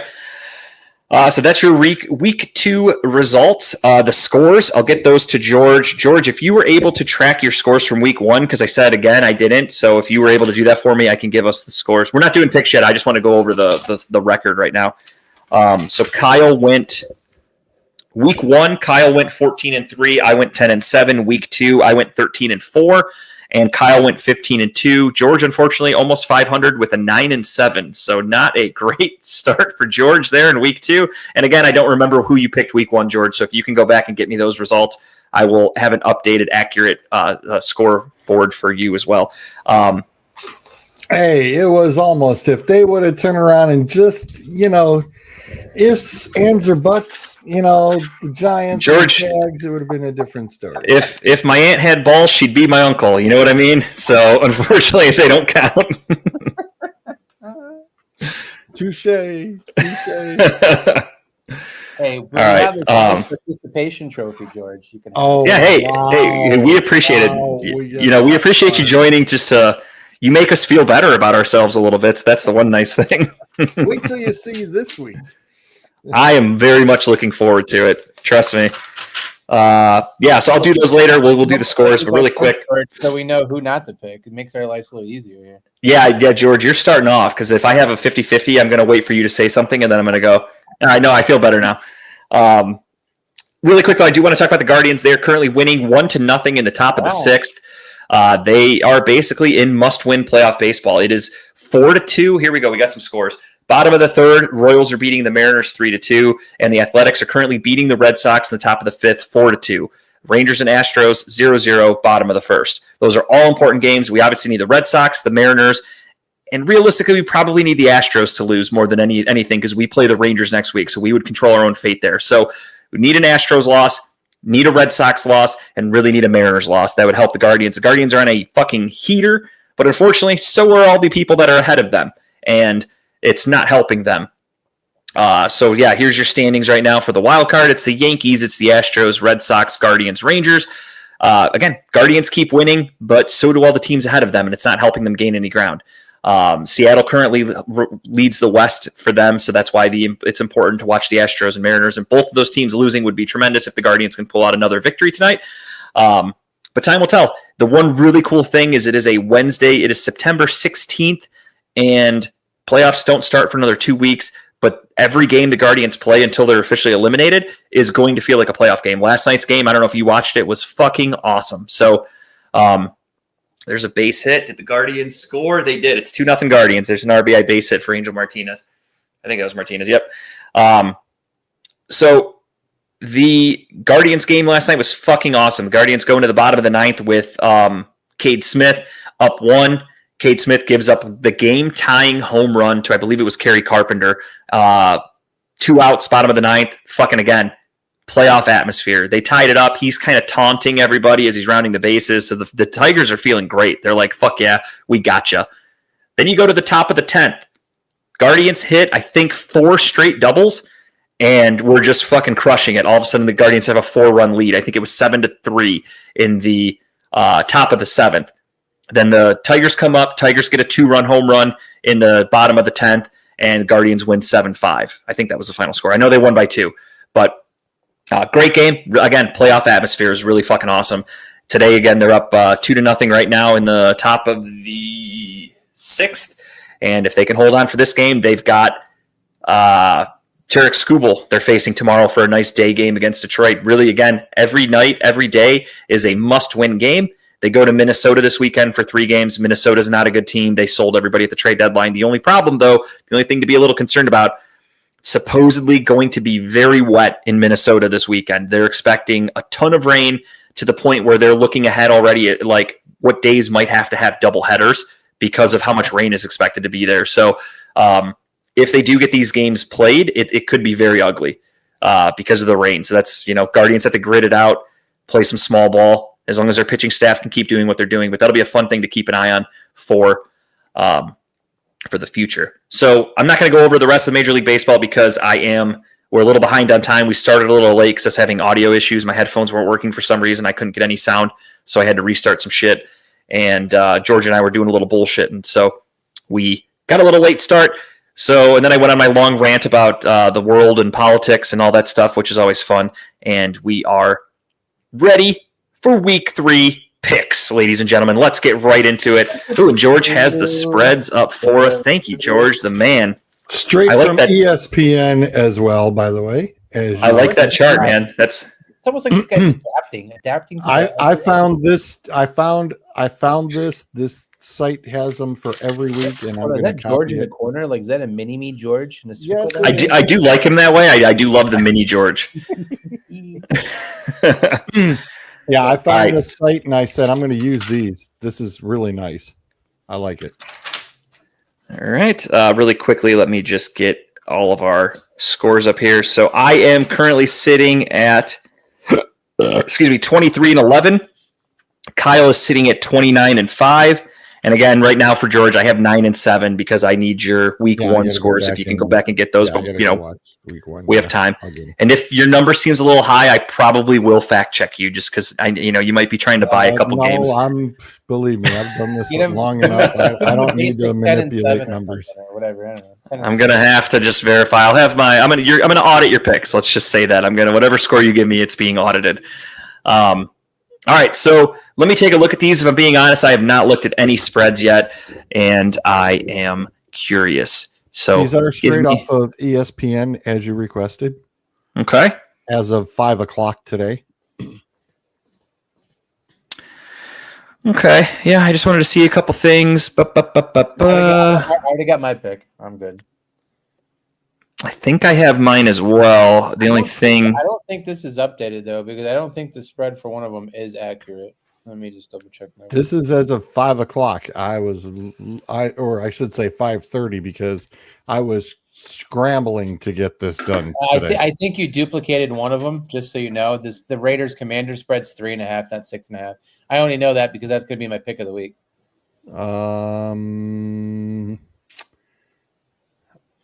I will go right back here. I have 3.5 also, George. So yeah, it's Washington minus 3.5. I was gonna say, I know I was looking at that schedule long enough with the odds. All right, I'm confident in my pick. I think. Yep. So I'm ready to start the Which picks then. one And was George, your same question? thing. Washington and Raiders. It is 3.5 for Washington. Yep. Although Yes, if that's sir. one Kyle's taking, Yes, we it will is. allow him to buy some points. It'll just cost him a couple of wins. You're allowed to buy points if you want. My apologies. It's what I was manually, and the Jets and Buccaneers was just up Well, next. normally to it, when so I that's see it, why. when I see a mistake and it's the same number above it, I just assume you just went 6.565. Quick, it happens. Don't worry about it. Actually, no, I actually went with the 11.5 and I give duplicated it people all the way passes. down. Justin, on the other hand, takes you up back. I call it all out. Like I like this new look that George did, and it almost makes up for the capital L that he put in FLacc-Oh earlier. I know that he fixed it, but I'm still holding it against him Talking about. because it happened. It happened. I know what you're talking about. So we're going to start with Thursday Night Football. Normally, I would say I'm just going to write Buffalo for everybody, but George is a wild card, so I just want to verify. George, are you taking Buffalo here? Yeah, yeah. Okay. I thought so, but I'm writing. Cliffhanger. It's a cliffhanger. I'm writing in ink and not pencil, so I wanted to make sure because I can't erase it if I write it down. And again, George, that 9-7 record, you are a wild card. So next game up is Packers and Browns. We will of course do that one last, so we will hold off on that. Colts at Titans. This is an interesting one. The Colts are playing really well. The Colts haven't punted once this season. The Titans are, they look like a team that just got the number 1 overall pick. So I am taking the Colts, and I think 3.5 is pretty generous. I was thinking about this game, but I'm not touching that one. But I am going to take the Colts. Yeah, I'm taking the Colts too. Yeah, me too. Okay. Next up, we have the Bengals and the Vikings, the battle of the backups. You have Jake Browning, who last time these teams faced off, they won, and he was yelling on the sideline. He slammed his helmet. He said, "That's what you get for fucking cutting me," or something like that, because the Vikings cut him. So this is a revenge game for Jake Browning. Carson Wentz, on the other hand, is getting his first start in quite some time. Last time we saw Carson Wentz didn't look too great, but he's playing for the Minnesota Vikings. Kevin O'Connell, kind of a quarterback whisperer. Does he get Carson Wentz back to speed, or do the Bengals get the W? This one is, to me, is a 50-50 ball. I am going to go with the team that has the much, much, much better defense and a veteran quarterback who at one point was an MVP candidate. Give me the Vikings at home. Yep. Easy pick here for me. Yeah, ditto. Next up, could you turn that sound off, George? It is distracting.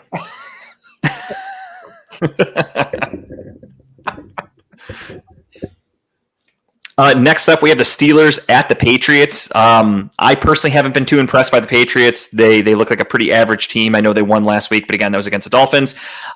Give me the Steelers and give me -1.5. Ooh, nice. Yeah, I'm taking the Steelers here too.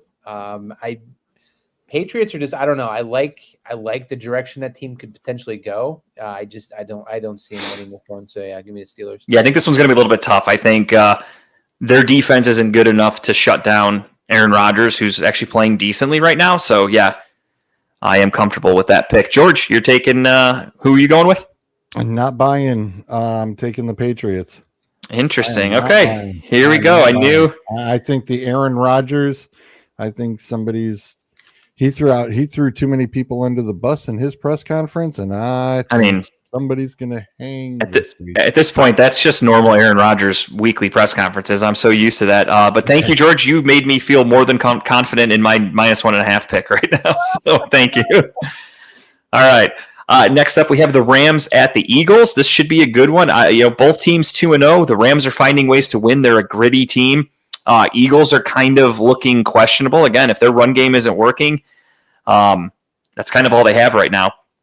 Just for shits and giggles, I got a little bit of game or ground I need to pick up on Kyle here, so I'm going to have a little fun with it early. And give me the Rams. I think the Rams see this as a bit of a revenge game after what the Eagles did to them in the playoffs last year. I think the Rams have a very good team. They have a fully healthy Puka Nacua. Their defense is playing really well. Yeah, just for fun. Give me the Rams in this one because until I see Jalen Hurts actually throw the ball more than 10 yards, I don't know if they're going to be able to score as much to keep up with the Rams. I think that Jalen's going to throw more than 10 yards this week. I'm going with the Eagles. Eagles. I feel like George now. Second guessing my pick. Next up, we have the Jets at Buccaneers. Justin Fields is hurt. Justin Fields is officially ruled out. It'll be Tyrod Taylor for the Jets taking on the Bucs. This one should be interesting because the Buccaneers offensive line is in shambles. They have a lot of guys injured. They're on like their third string tackles and stuff like that. Jets actually have a very good defense, all things considered. Their defensive line is fantastic. Their linebackers kind of suck, but they've got Sauce Gardner. They've got an interesting team. This one could be a little more entertaining. If it were Justin Fields, I would be more confident to take the Jets.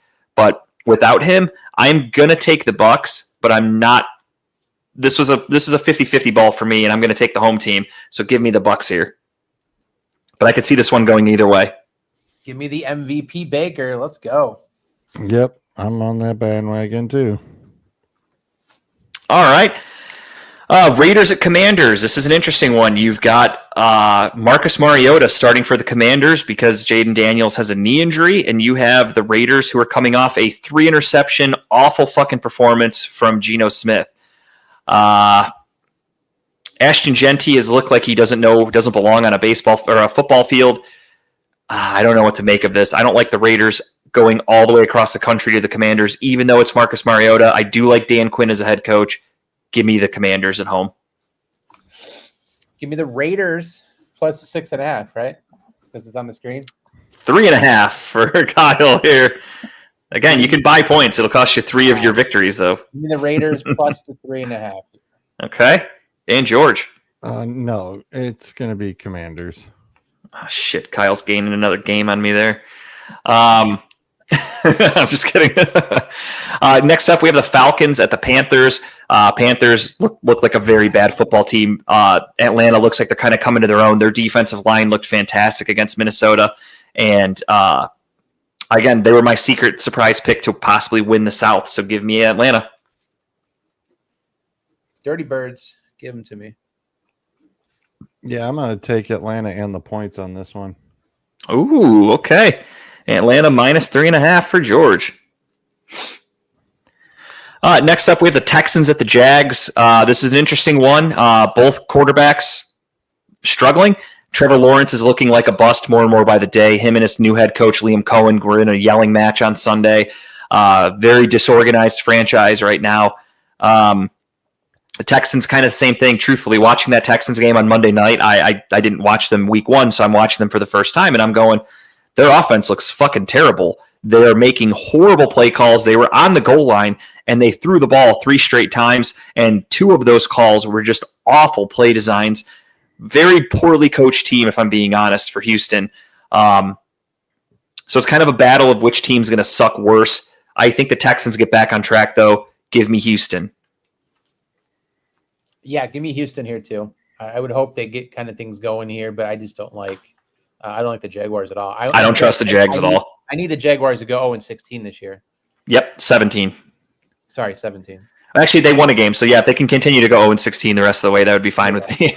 Makes sense. Yeah, sorry. I think both quarterbacks are going to have to run themselves, especially if, Trevor can't have a wide receiver catch 7 straight passes in the fourth quarter. I think he's going to just take things into his own hands.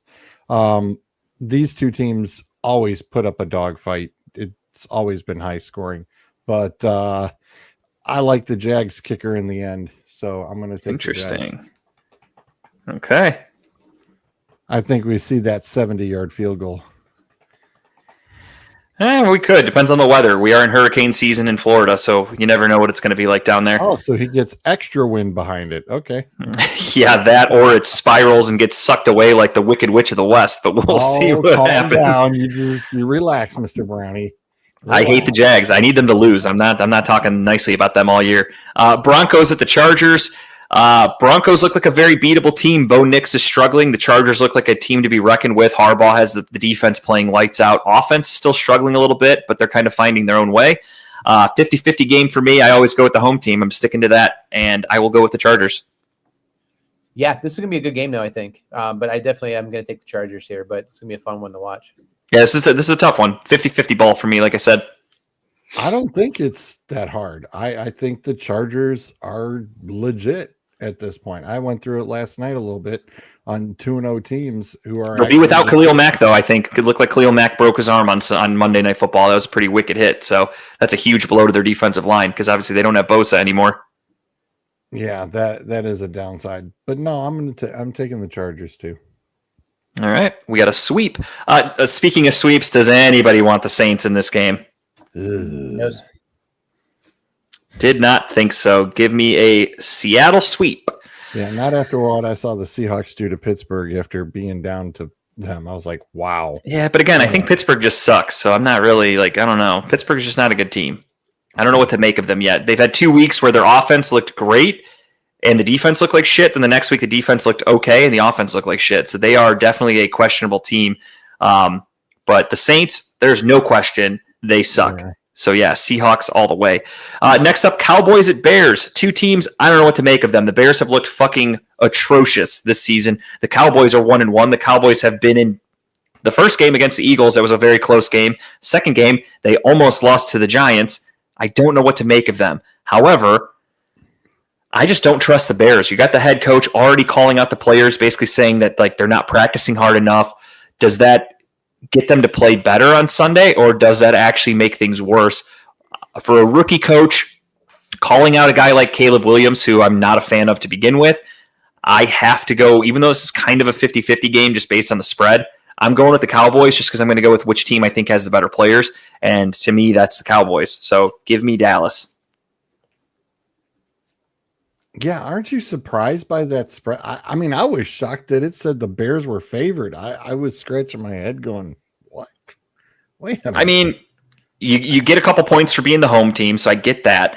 And then, the Cowboys looked very beatable on Sunday against the Giants. Their secondary looks beat up. Obviously, they don't have a good pass rush without Micah Parsons on the team anymore. So if the Bears can pull some shit together, it's a very winnable game for the Bears. I don't trust them yet because they're kind of in limbo. I took the Cowboys. Okay, yeah, same thing here. Yeah, ditto. I mean, both teams have players, but the Cowboys technically have the better players. Yeah. So if it's going to be a boat race, I'm thinking, yeah, the Cowboys could pop up another 40+. Next up, we have the Cardinals, the Niners. The Cardinals are 2-0. The Niners are the Niners 2-0? They are 2-0? Okay. Yeah, the whole division except for the Seahawks is 2-0. Yeah, true. The whole division. The Seahawks, or I'm sorry, the Cardinals look good, but they also look beatable. The Niners have looked good, but they've also looked a little beatable. So this is a close one. This one's tough. I'm just going to go with my gut. If Mac Jones can keep doing what he can, because Shanahan can pretty much plug anybody in at quarterback, give the ball to Christian McCaffrey, and just let him do his thing. Give me the Niners, just because they're home. Yeah, give me the Niners here too. Yeah, I'm flipping the coin. Oh, look, the coin says the Niners. I knew who you were taking, George. You're a fanboy, so I knew what you were doing. Sunday night football, we have the Chiefs at the Giants. Anybody want the Giants? Who's quarterbacking for the Giants? Still Russell Wilson as of right now. It is.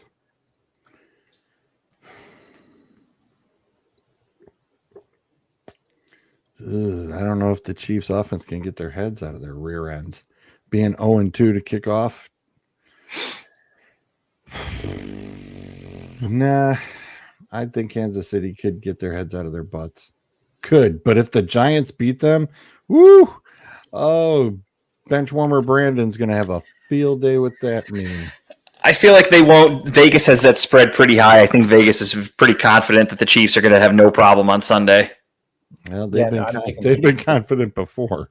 The Chiefs defense has played really fucking well. It's the offense that hasn't been able to keep up, and obviously losing Worthy and Rice isn't doing them any favors. I also think the Chiefs offense is pissed off after how they performed last week with the missed field goal, with the dropped touchdown for interception from Travis Kelce. They left a lot of points on the field, so I think they're pretty pissed off, and when a motivated Kansas City team comes rolling in, it's not good for a dead duck head coach like Brian Daboll in New York. So I think the Chiefs are a pretty easy pick in my opinion. You as well, Kyle? What's that? You taking the Chiefs as well? Oh yeah, I said the Chiefs. Sorry, I thought you. I didn't hear you. No, sorry. I'm taking the Chiefs for sure. Yeah. Okay. I got everybody locked in for a sweep there. Then Monday Night Football, the game of the week, Lions and Ravens. The Lions looked like they're not fucking around anymore. They woke up after a bad week one. The Ravens have put up 40 points in both of their first 2 weeks. This game's going to be fucking fun. 4.5 is actually pretty tight. It's closer than it could be. This one's interesting. That drops before Sunday. I think it does too. I think it's going to be closer to a pick-em, to be honest. And with that being said, again, I'm going to have a little fun this week because, it's early. I don't like the Ravens. I fucking hate them. I'm still pissed off that they did their 30-year anniversary against the Browns last week. So give me the Lions. I think Dan Campbell's motivated after they got embarrassed week one. I don't think he's going to get embarrassed again. Yeah, I'm taking the Lions too. Oh, all right. Give me the Ravens. Okay. Kyle with a lot of lone wolf picks this week. Does he pull away more, or is he the new George? We'll find out. Ooh, wow. And then last but not least, I think it's pretty easy that it's going to be a clean sweep for the Packers. Am I correct? Yeah, but I would laugh my butt off if they did choke. I would laugh hysterically if they did choke. I mean, this is the kind of game that it's a trap game. Yeah, I mean, this is the kind of game that the Browns win. You count them out, and then you're like, holy shit, like the Ravens a couple years ago. I'll never forget. I'm sorry, the Niners game a couple years ago with P.J. Walker at quarterback. It was the day before I was at a wedding for Tara's cousin, and Tara's family was all in town and blah, blah, blah. They're Browns fans, and they're talking to me. They're like, what do you think's going to happen tomorrow? And I'm like, pain. It's going to be fucking ugly. Niners are going to win by a bunch. I mean, the Niners were like 6-0 at that time or whatever. They were undefeated. I was like, it's going to be ugly. The Browns are going to get their fucking asses kicked. Browns won the game. They had no business winning the game. But thanks to Michigan's finest, Jake Moody, the Browns won, and crazy things have happened. Browns played really well at home. Also, that's always been a thing. Yes, their defense looked really good against Baltimore last week, but their defense has also been, for whatever reason, historically great at home. Can they keep that up? Maybe. Can Joe Flacco not turn the ball over multiple times to the Packers, who have like the best defense in football? We'll see. Easier said than done. I'll take the Packers, though, but I'm guessing everybody else will too. And then... Yep. Yeah, I can't take the Browns here. I think they're going to get lamb blasted here.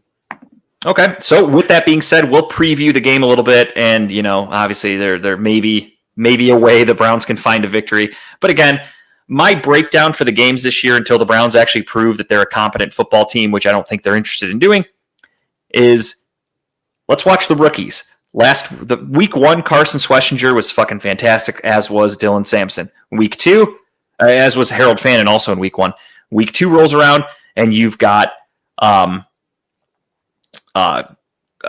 Judkins, who comes in and plays and looks pretty decent. You've got Mason Graham making plays left and right. So again, just watch the young players. Let's watch them develop. That's all I'm doing for the rest of the season. Every week is for me just to see, do the Browns have a good future? And as of right now, yes, I think that they do.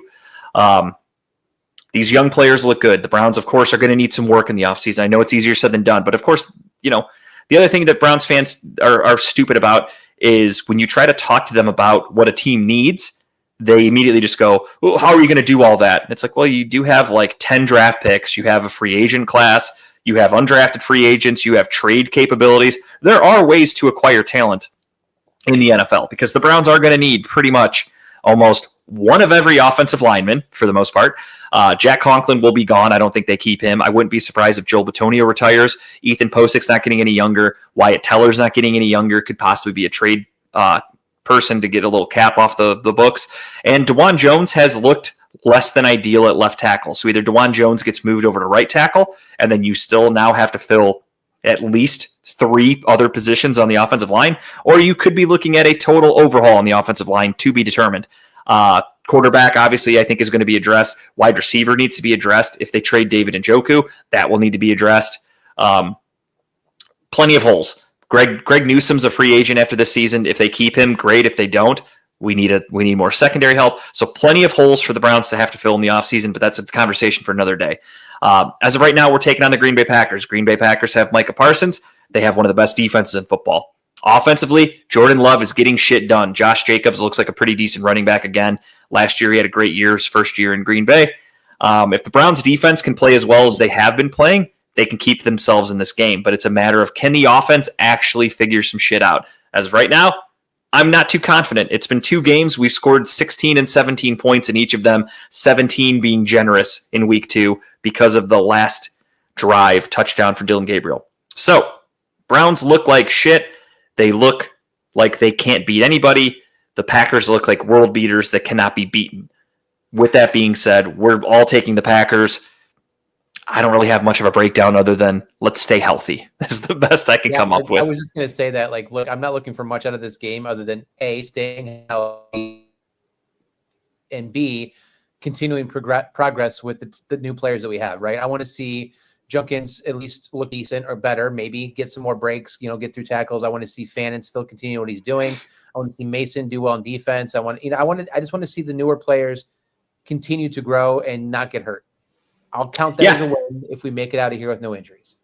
And the other thing, too, that I was thinking about for the game is, it's going to make me sound like a bad fan, but I'm okay with that, is if we're going to lose, don't lose a heartbreaker. Just get your ass kicked. Go into halftime down like 24-3. I'm okay with that. I don't expect to win this game, so you might as well get your ass kicked. So then Dylan Gabriel can come in the third quarter instead of the fourth quarter last drive. Get him more snaps. I want my rookie to get more snaps. That's all I'm kind of caring about right now.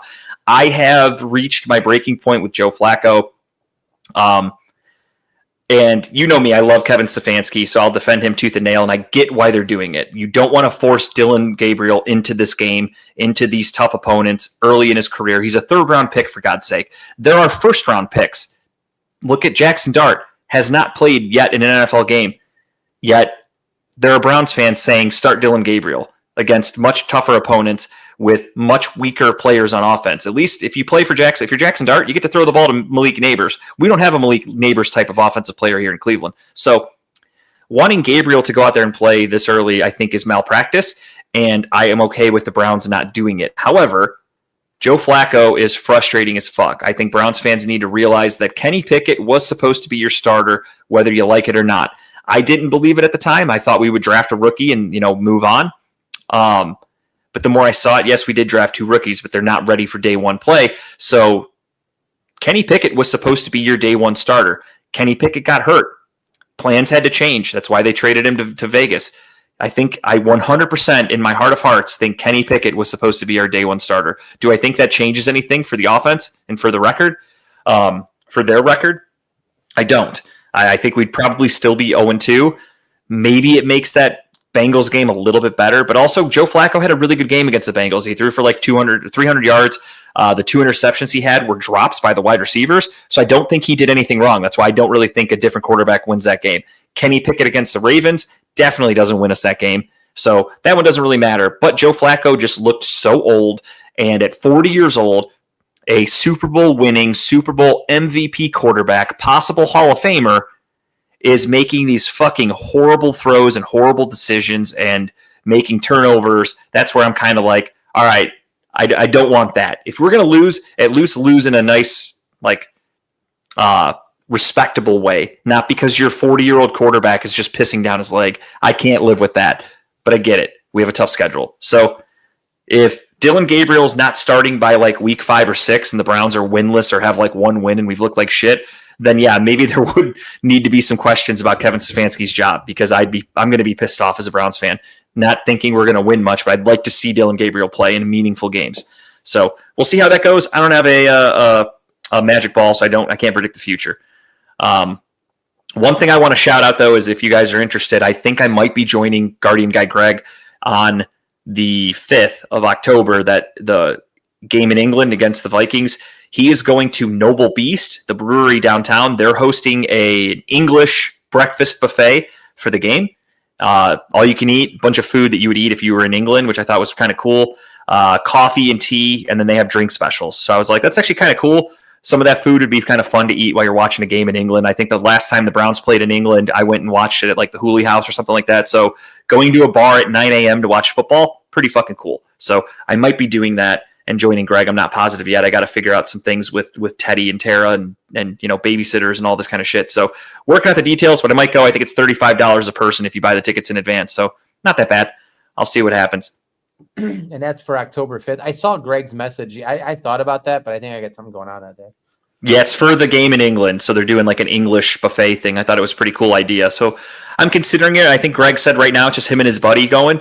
And I'm interested, but like I said, I just got to figure out what we're doing, because I think Tara had some like fall October-y event she wanted to go to. I forgot what, at a Metro Park over here or something like that. So I got to figure all that kind of shit out, and we'll go from there. But if I can make it, I think I would like to do it. So we'll talk about that later. With that being said, though, it is time for Taylor Swift. Just the tip. There it is. George's favorite photo that he's ever posted on a on a show, and that's all she wants. Is just the tip from Travis Kelce, apparently, because they're now engaged. Congratulations! I think we're the only show in the world that didn't talk about that until today. But without further ado, it is time for Kyle's pick. So mine, I just went with a video game. So in the time that I do, giant butthole. So the time that I do have to myself nowadays, which isn't much, I started playing this game by recommendation of friend of show Sean/Dave, and it's an online game through PC, and it's an MMOP, which you're online playing with other people. And if you've ever watched Dune movies or read any of the Dune books, you know the universe it's set in. Obviously, very sandy, a lot of sandworms, as you can see. Butthole worms, and it's just a thing that passes time. Like the of the game is to progress your character, build bases, get other people online. It's fun. It's hard to explain, but it was like right up my alley of what I like to kind of like shut the brain off from work for an hour or two and kind of just relax and not think of anything, and then that's it, and you can pick it up a couple days later or a week later and still play again if you want to. But it's something I've enjoyed. That's helped pass time for a while for me. So I figured I would share this as a tip, different thing other than a show or a movie, just a video game. It's not everyone's cup of tea, but it's something I enjoy. And again, it came from a recommendation. He had me get on and play with it one time, and it hooked me. So I figured I'd pass it out. Yeah, speaking of Dave, I've actually been talking to him a lot lately because one of our favorite singers is, long story short, I've talked about it a million times, but the lead singer from Every Time I Die, after they broke up, he started a new band. And Dave and I are still big fans, and his new band is putting out a new EP this Friday, and they released a brand new song today for that EP. So he and I were texting about that earlier today and talking about how we don't love it. We don't love the song. It's good. It's just not the same as Every Time I Die. But Anyway, my tip for this week is a movie that Tara and I watched last night. I didn't want to put it as my tip until I actually watched it, and I did enjoy it a lot. It is Weapons with Josh Brolin and my mistake, I don't remember her name, the girl from Ozark. Yeah, Ozark, yeah. I don't remember her name in real life. I don't know it in real life, to be honest, because she's just kind of now starting to get like bigger acting roles, but she's the main lady in the movie. Basically, the movie it's a horror movie, supernaturally kind of thing. She's a teacher, and she goes into work one day, goes into the classroom, and there's just one child sitting there, and she's like, what the fuck? Where are all the other kids? And then all the other parents are freaking out because their kids are all missing. So every student but one from her classroom goes missing in town. Julia Garner, that's it. Would have never guessed that, to be honest. But no, she did a great job. So I don't want to spoil anything, but the movie was really cool. The one thing I recommend is don't look anything up. Go into the movie blind. All I knew from it was like there was something about kids going missing, and the movie's called Weapons. Didn't understand why those things were correlated or what the connection was. But again, I didn't want to know because I wanted to go in blind. So I watched the movie last night. It was fucking awesome. Again, I don't want to spoil anything too much, but most of this can be found in the trailer. She goes into school. All the kids are missing. Everyone in the town is like, what the fuck did you do to my kids? She's like, I didn't do anything. Like, I just showed up. They were gone. They're like, why only your room? What did you do? You know something. And people are like calling her and threatening her. And she's like, got all this shit. Like, people are after her. So she starts drinking and her life is kind of spiraling a little bit. And then Josh Brolin's character, his son was one of her students. So, of course, he's a concerned dad that's pissed off. He hates her. He thinks, like, what did you do to my kid? And then some weird shit starts happening in town, and people start kind of acting weird, and pieces start getting put together. And eventually they have to do their own work because the police aren't helpful to them. And they do what they can to try to find out what's happening in this crazy town and what happened to their kids. And I don't want to spoil anything because there are some cool twists. And it was a really fun movie for something that, again, I didn't know anything about going into it. And it got a lot of hype. And usually movies that get that kind of hype suck. I go in very skeptical. This one lived up to the hype and then some. I thought it was actually better than I was expecting. And I really enjoyed it. It has some good jump scares. Has some good serious tones to it. Just a really good movie. If you're into that kind of stuff, I highly recommend Weapons. Check it out. That's so far I've heard good one of the best movies. Yeah, it was excellent. I'm really glad I watched it. So check out Weapons if you're so inclined. And ladies and gentlemen, with that being said, that is going to do it for this week's episode. We will talk to you guys again in 1 week. And hopefully the Browns have a win, but I'm not holding my breath. So we will talk to you then. Go Guardians. Keep winning. Guardians have a huge series to finish up here against Detroit. Obviously, again, they're still up 2-0 in the bottom of the 7th. They have a 3-game series against the Twins this weekend. Then they face the Tigers again next week, and then they round the season out with 3 games against the Rangers. So hopefully by then the Rangers are all but out and eliminated, and they give up, and the Browns can get, or the Guardians can get 3 easy wins to end the season if they need it. So we'll see what happens though. So far so good. Just keep winning. That's all you can do.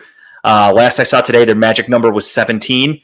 So if those teams lose, that cuts a number down. If the Guardians win, that cuts a number down. So the magic number is 17 with about 2 weeks to go. So go Guardians. We will talk to you guys again in a week. I got nothing else. Kyle, you got anything? No, sorry. I just my email from work blew up the last 10 minutes, so I apologize. Like You're good. Fire somewhere, not literal fire, but just trying to look at. Well, that's why I'm looking off screen because my boss is like, "Did you know about this problem?" No, it's 9:00 at night. Leave me the fuck alone. But that's well, lucky for you, you're in a great situation where I have no problem talking and filling time if needed. So it is not a problem. No, I got nothing else though. Next week I should be on full time. I should back hopefully as long as someone doesn't get hurt or I have to drive an hour out of my way to make sure. And so long story short, somebody pulled a turkey out of an oven at a college that we're working with, and juices out of the pan flew up, and she's short, so it flew up on like her arm and her like body, and so like she had like really big burns, and people are idiots. But anyways, moving on. That'll get you. Got to watch what I say on my social media. I might get canceled. It's happened a lot. Yeah, very true. The tail of the turkey could be what gets Kyle in, so we got to be careful. Well, all right, everybody. All right. Have a good one. We will talk to everybody next week. Thank you guys for watching. Cleveland, that was for you.